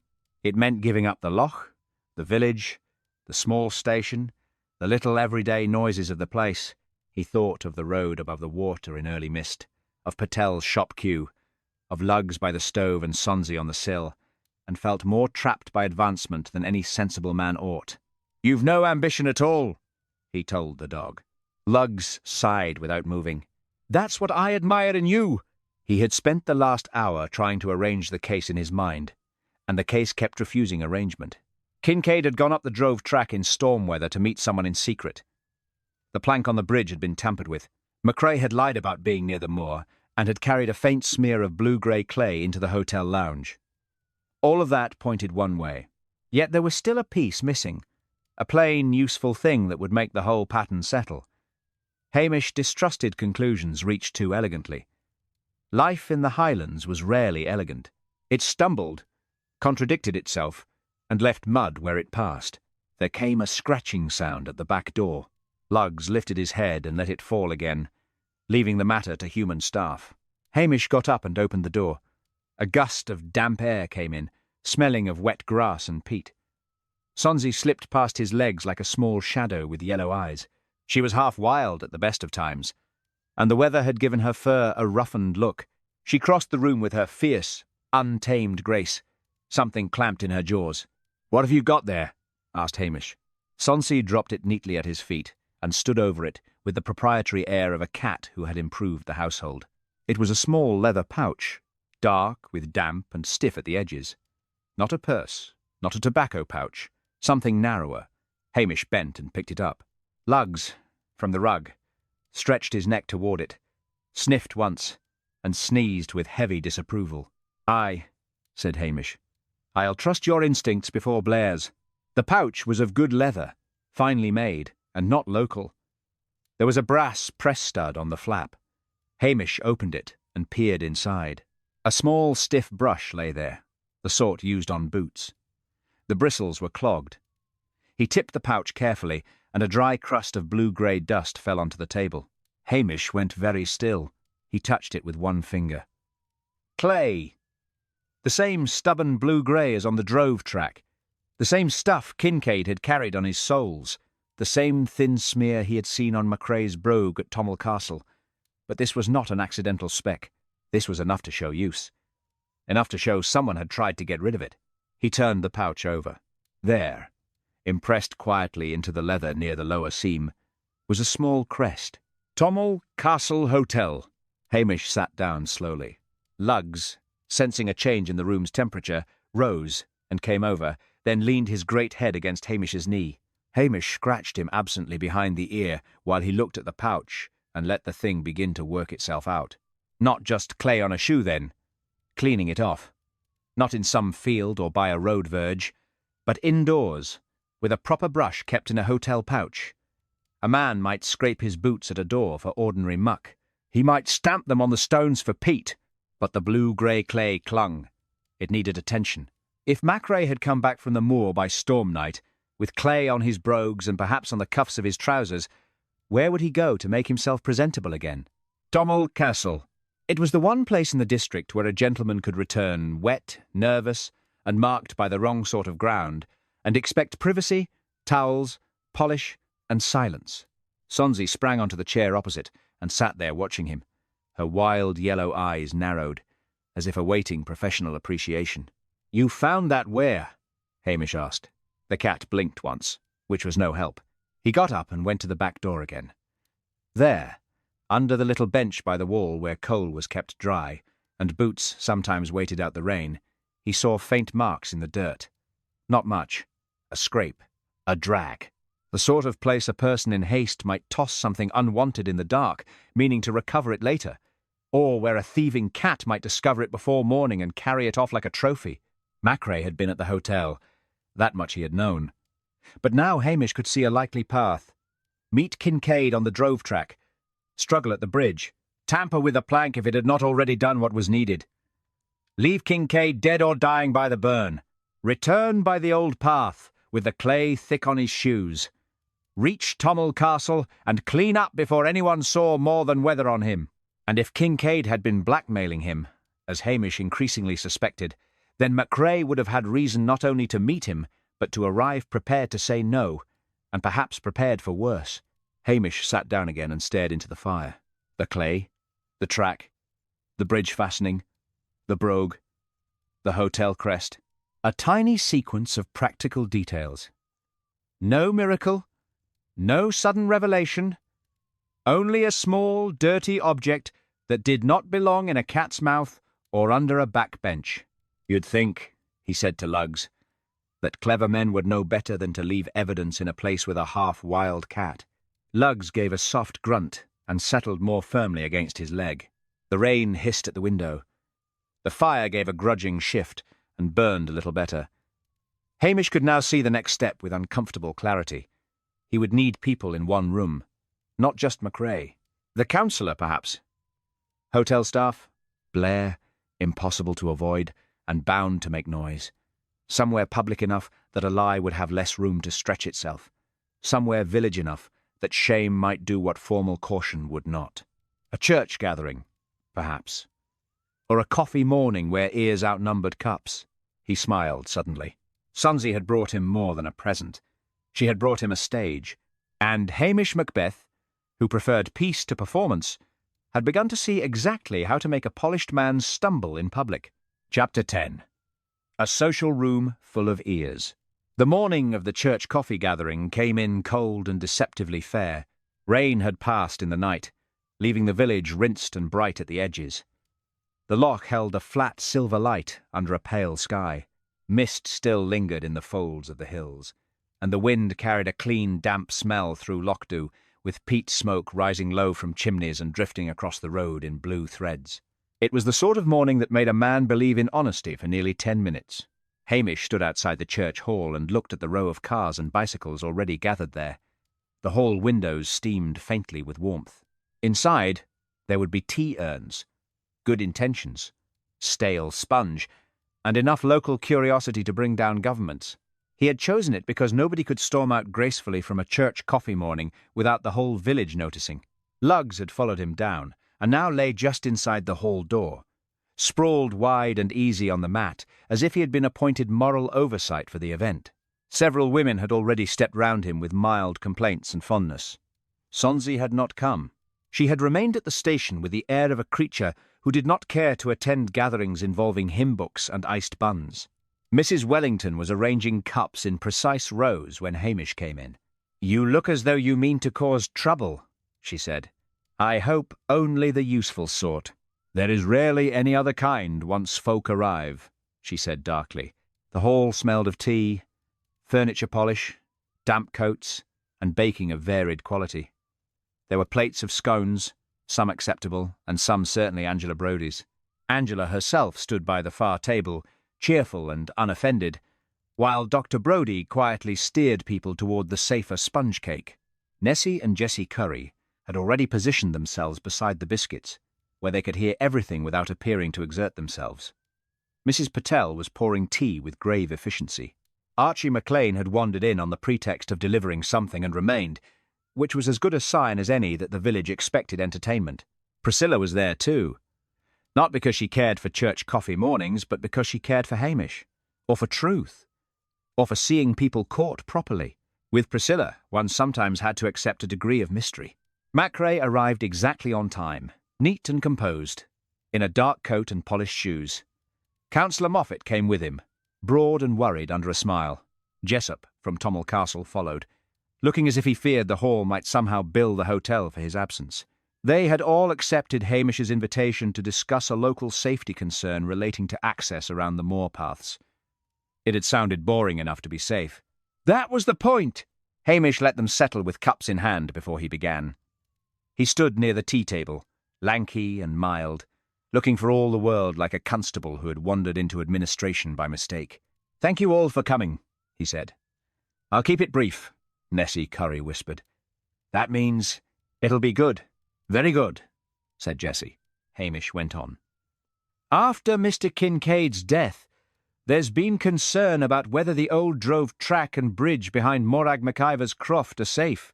Since several people had business interests in that area, I thought it best to clear up who was where on the night of the storm." Moffat shifted at once. Jessup looked as if he wished to be ill discreetly. Macrae merely inclined his head. "A sensible precaution," said Macrae. "So I thought." Hamish took from his pocket the little leather pouch Sonsie had brought him. He placed it on the table beside the sugar bowl. A few heads leaned forward. Local eyes could detect drama at 20 yards. "What's that?" asked Mrs. Wellington. "A boot-brush pouch?" said Hamish. Blair's voice came from the doorway. "And what in God's name are you playing at now?" Every face turned. Blair had arrived late, and loudly, as ever. His coat was damp, his expression combative, and he had brought with him the smell of cigarette smoke, though he was not presently holding one, perhaps because even he had sensed that brandishing a cigarette beside the church tea urn would be a tactical error. He pushed into the room. "This is a police matter, Macbeth. Not a social call," Hamish said mildly. "That's why I'm handling it." A ripple moved round the hall.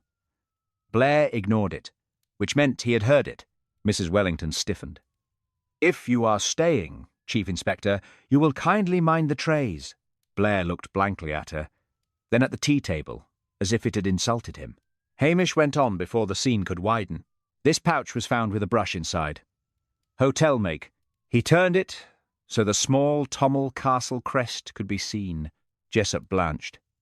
"That is one of ours, is it?" asked Hamish. "I thought it might be," Macrae said smoothly. "Surely hotel brushes are not rare enough to count as evidence." "No," said Hamish. "But what was inside it is of more interest." He tipped a little of the dry residue onto a folded paper. Blue-grey dust fell out in a dull streak. Nessie sucked in breath. Jessie did the same half a second later. Hamish spoke into the silence. "Blue-grey clay. Same as the old drove track behind Morag's croft. Same as on Fergus Kincaid's boots. Same as the streak on a certain brogue at Tommel Castle yesterday." All eyes moved, almost with gratitude, toward Macrae's shoes. He stood perfectly still. Blair barked. "This proves nothing." "It proves he was on the track after saying he wasna," said Hamish. Macrae gave a small, controlled laugh. I told you I walk the estate. In hotel shoes? Priscilla's voice was calm and precise. Several people smiled without meaning to. McCrae looked at her. Something hard flickered in his face, then vanished. Hamish took a step nearer. You asked Morag whether the drove track still held after rain. You were seen on the lower road the morning Kincaid was found, and you had clay on your shoe in the hotel, though you said you'd not been near the moor in weeks. Moffat put down his cup a little too fast. Tea slopped into the saucer. This is becoming absurd. No, said Hamish. It's becoming less tidy. Blair tried to seize the moment. If McCrae was there, then perhaps he found the body after your McIver lad left. Hamish did not even turn to him. No. Callum McIver never sat right for it. He knew the track too well. He'd have stepped round the worst clay without thinking. Kincaid didna, nor did the other man. That's the point. He looked directly at McCrae. Kincaid arranged to meet you. Confidential, late, tied to planning objections and reputational risk. He had papers that could damage folk. He had learned something. McCrae's face had gone paler, though his voice remained composed. You are speculating. Aye, said Hamish, but on a fair basis. He moved to the hall table and laid out the sequence with the same mild patience he might have used to explain a lost hen. Kincaid came to squeeze more from the lodger's deal. There were backhanded consulting fees, were there not? Money not meant for daylight. He blackmailed you with what he knew. You met him by the bridge in the storm to settle it. Only it didn't settle. McCrae said nothing. The plank was tampered with, Hamish continued. Fresh marks. Not from anger. From handling. A careful man. A practical man. A man used to land, and fittings could do that. During the argument, or just before, Kincaid went down.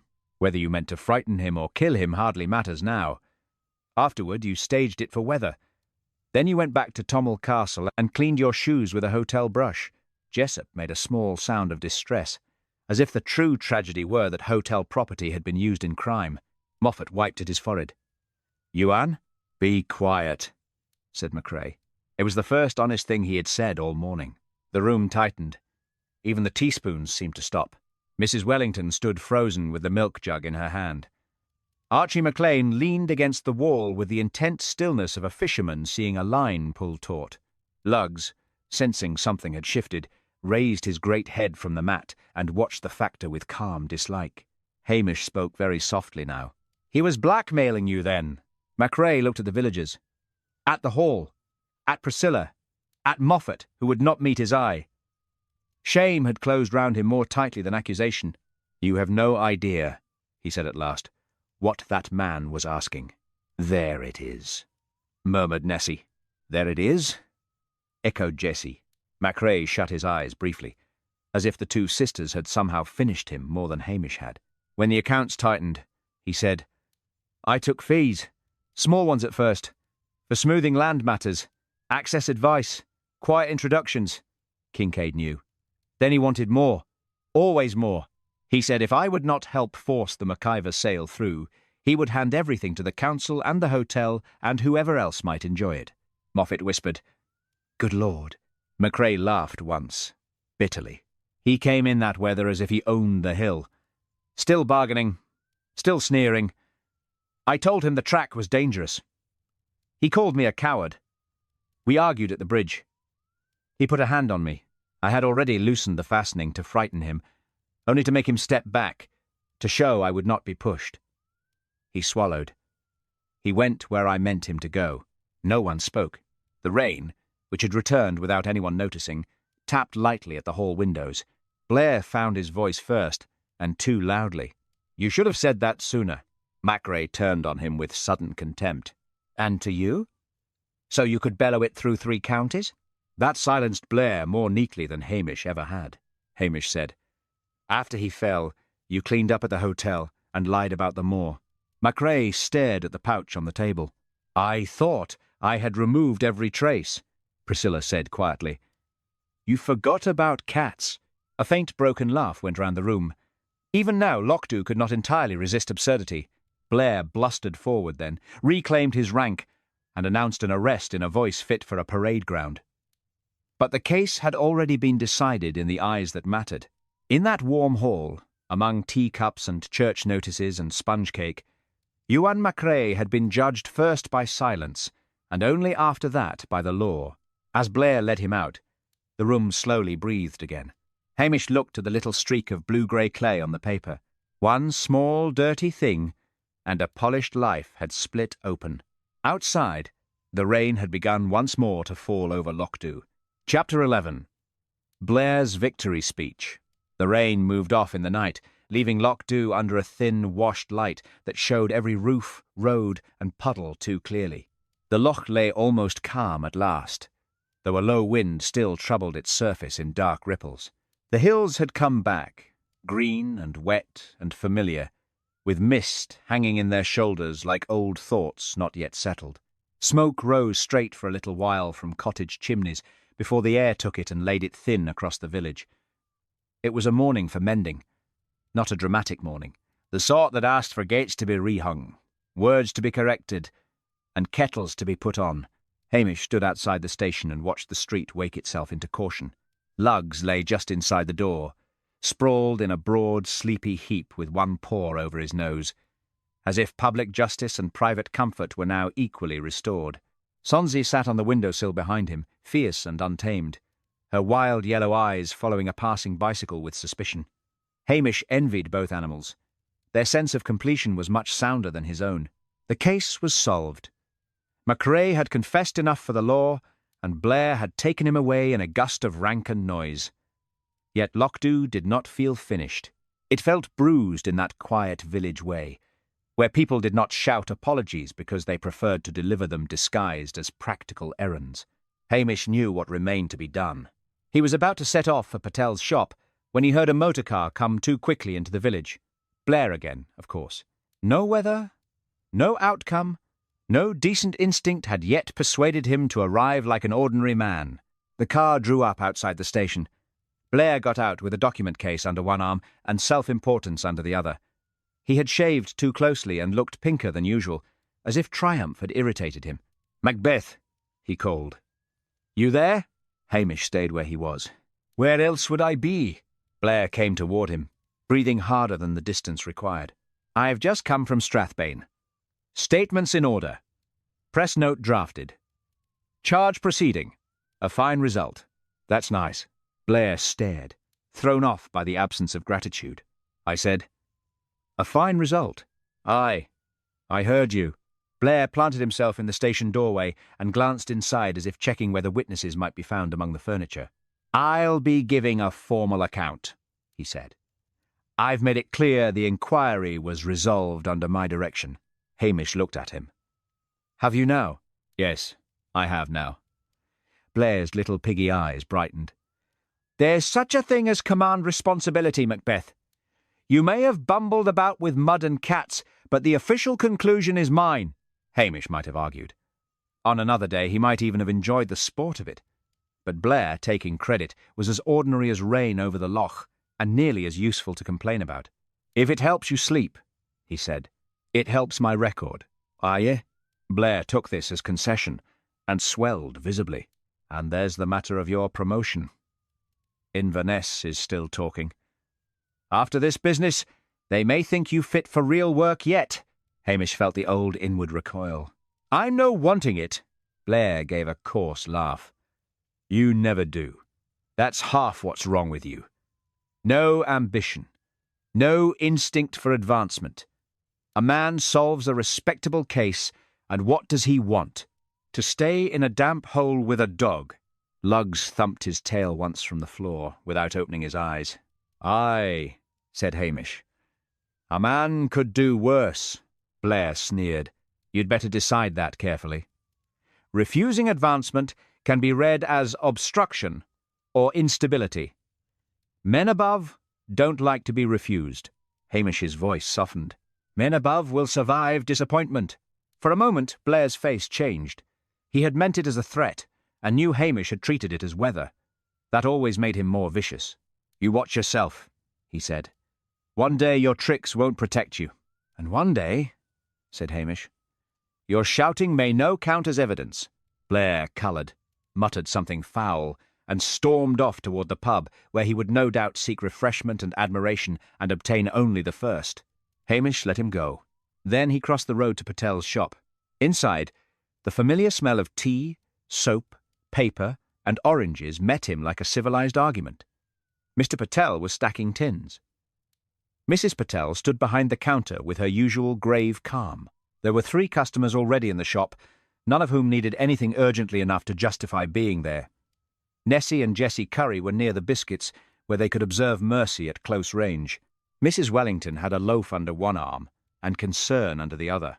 Archie McLean hovered near the tobacco. The room shifted when Hamish came in. Not to silence, this time, to attention, Mrs. Patel said. "Good morning, Hamish." "Morning." Mr. Patel gave him a thoughtful look. "It is all settled, then?" "Near enough." Nessie Curry drew herself up. "We heard there was corruption." "Corruption?" echoed Jessie with satisfaction. "Aye," said Hamish. "There was." He kept his tone light, but clear enough to carry. "Ewan MacRae met Fergus Kincaid on the track behind Morag's Croft." Mrs. Wellington let out the sort of breath one did not know one had been holding. "I am glad," she said quietly. Hamish looked at the Curry sisters. "Glad enough to repeat it?" Nessie blinked. "Well, of course." "Of course," said Jessie. Hamish nodded. "Then repeat it right." Mr. Patel smiled faintly. "That can be arranged." He knew, as Hamish did, that in a village like Lochs correction required distribution. The bell over the door jangled, and Morag McIver came in with Callum beside her. The effect on the room was immediate and unpleasant, not because anyone was hostile now, but because everyone was suddenly ashamed of having once been useful fools. Callum saw it. His face hardened. Morag did not care. She had come armed with a basket and an unshakable sense of herself. Mrs. Patel spoke first. "Morag, I am very sorry for what has been said." Morag inclined her head once. "Aye." It was not forgiveness, but it was a place to start. Mrs. Wellington stepped forward. "I was wrong to listen more than think." "That happens," said Morag. "Sometimes for years." Archie coughed and looked at the tobacco rack as if hoping to disappear into it. Nessie Curry said, rather stiffly, "We were misled." Jessie added, "Misled?" Hamish looked at them. "By yourselves, mostly." Even Mr. Patel smiled at that. Callum had remained by the door, not entering properly, as if unsure whether the shop floor would hold him. Hamish crossed to him. "It's done now." Callum gave him a level glance. "Is it?" "Not all at once." That was the truth of it. Villages did not reset. They adjusted by inches. Morag set her basket on the counter. "I'll have tea, flour, and those eggs back in custom by next week," she said. "Else I'll know where to call." Mrs. Patel answered at once. "You shall." There was a murmur of agreement from the others. Small, awkward, but real. A beginning. Hamish left them there and went on to the pub, then the harbour, then the church hall. Not because he enjoyed delivering social repairs, but because no one else would do it properly. At each stop he said the same thing in his mild Highland voice. MacRae had done it. Callum had not. Morag had not. The village had got ahead of itself. Again. By noon, the correction had begun to move. He could hear it already in the changed tone of things. Less hunger, more embarrassment. Mrs. Wellington sent a loaf up to the croft by chance. Archie offered Callum help with a gate hinge he did not need help with. Mrs. Patel made sure Morag's eggs sold first. Nessie and Jessie, to their credit, repeated the new truth with the old vigour, which meant that by afternoon, anyone within 2 miles would know exactly how badly the village had behaved. That, Hamish reflected, was the nearest thing Lochs had to repentance. When he returned at last to the station, tired in the agreeable way that follows useful work, Lugs was still asleep, though now on his back with all dignity abandoned. Sonsie had moved to the desk and sat beside the blotter like a black-tufted clerk of judgment. Hamish put the kettle on. Outside, the village had resumed its ordinary noises. A van on the road, a call from the harbour, someone laughing too loudly outside the shop. Life again. Not clean, exactly, but moving. Blair could have his speech, his paperwork, and his imaginary glory. Hamish preferred reopened doors. Chapter 12. Peat smoke properly settled. The weather cleared the next day in the quiet, matter-of-fact way the Highlands preferred. No trumpet of sun, no grand washing of light over the hills, only a thinning of cloud, a steadier brightness over the loch, and a wind that had at last decided to stop arguing with every chimney in Loch. The village looked damp, ordinary, and entirely itself again. Water still shone in the ruts of the road. Heather on the higher ground held the last of the wet in its roots. Peat smoke rose from cottages in low blue threads and drifted across the morning air with a smell that belonged more to home than any official word ever could. Hamish walked up toward Morag MacIvor's croft, with lugs plodding at his side and no great sense of triumph in him. Cases were rarely improved by being solved. They merely changed shape. One man was dead. Another was ruined. A village had behaved badly in small ways, and was now trying to behave better in even smaller ones. That, he supposed, was as near justice as most places came. Lugs, having objected to the climb for the first 10 yards, now went on at a slow, determined pace, stopping every now and then to inspect some smell of no legal importance. Hamish let him. The loch below held a pale gleam under the broken cloud. Beyond it the hills sat broad and green and unconcerned. They had seen developers, blackmailers, policemen, and fools before. They would see them again. Morag was in the yard when he arrived, sorting feed with her usual air of personal disapproval toward the world. Callum was fixing a gatepost at the lower edge of the croft. The hens were busy conducting inquiries of their own. "You're late," said Morag. "It's a long way up if one has a dog with no ambition." Morag looked down at Lugs, who at once sat on her boot and leaned there as if he had known her all his life. "He has more sense than most men," she said. "That's no a high bar." Callum came up from the gate and nodded to Hamish. The stiffness in him had eased a little. Not entirely. That would take time. But he looked like a man who had slept, which was something. "They're saying in the village the lodge plan's likely done for," he said. Hamish shrugged. "Councillor Moffat's keeping a low profile, I hear. The hotel will want distance from all of it." Morag sniffed. "Good. Let them build their heritage somewhere else." Hamish looked out beyond the croft toward the old drove track. In the clearer light it no longer seemed secretive, only neglected. A strip of old use half given back to the hill. The blue-grey clay still showed in exposed patches where the track dipped and turned. Small enough when one saw it there, easy to overlook unless one knew it mattered. Morag followed his gaze. "Funny thing," she said. "All that trouble from a bit of muck." "Ah, yeah. It stuck, then." "That it did?" Callum gave a short laugh. "Macrae near ruined himself because he couldn't clean his shoes properly," Hamish said. "Not only that. He ruined himself because he thought he understood this place better than he did." Morag nodded once, satisfied. She sent Hamish inside with a bowl of soup before he could object. It was vegetable broth with barley and enough pepper to warm the teeth. He sat at her table while the wind moved softly at the window and felt for the first time in days that the world had resumed its proper size. Not a grand world, a kettle world, a muddy boots by the door world, the kind he preferred. When he came down again into Loch, he found the village settling into its usual argument with itself. Mrs. Patel had put aside the best shelf space for Morag's eggs. Mrs. Wellington was carrying a parcel up the hill under cover of needing exercise. Archie McLean had already told 3 different versions of how Blair had nearly sat on a jam tart at the church hall, each one less likely than the last. Nessie and Jessie Curry had turned their energies to condemning corruption in principle, which allowed them to avoid discussing their own part in anything. At the station, Lugs flung himself at once before the stove, and achieved such an immediate sprawl that Hamish suspected he had been saving energy for it all morning. Sonsie was on the windowsill, fierce and still, watching a cart go by with the rapt suspicion she usually reserved for strangers and fishmongers. Hamish set the kettle on and sorted through the post. There was a letter from Inverness. He held it between 2 fingers, as one might hold something damp one had found in the road. Promotion talk again.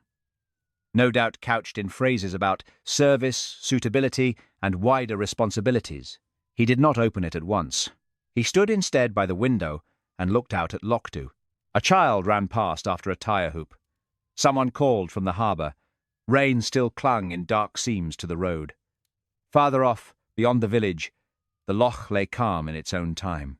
The place was imperfect, damp, meddlesome, stubborn, and dearer to him than any sensible arrangement of career ever could be. Priscilla came in without knocking, as she often did. "You've the look of a man who has received either a summons or a compliment," she said. "They amount to much the same thing." He handed her the unopened envelope. She read the front and smiled faintly. "Promotion again. I thought of burning it." "You won't." "No." "Too damp." Priscilla seated the letter on the desk. "You could simply refuse." "Aye. And then spend 6 months being nudged by superiors and shouted at by Blair. You spend half your life shouted at by Blair already." "That's true." She glanced at Lochs, who was snoring softly, and at Sonsie, who had narrowed her wild yellow eyes at the envelope as if it were prey of doubtful quality. "It would be a pity," she said lightly, "to abandon all this."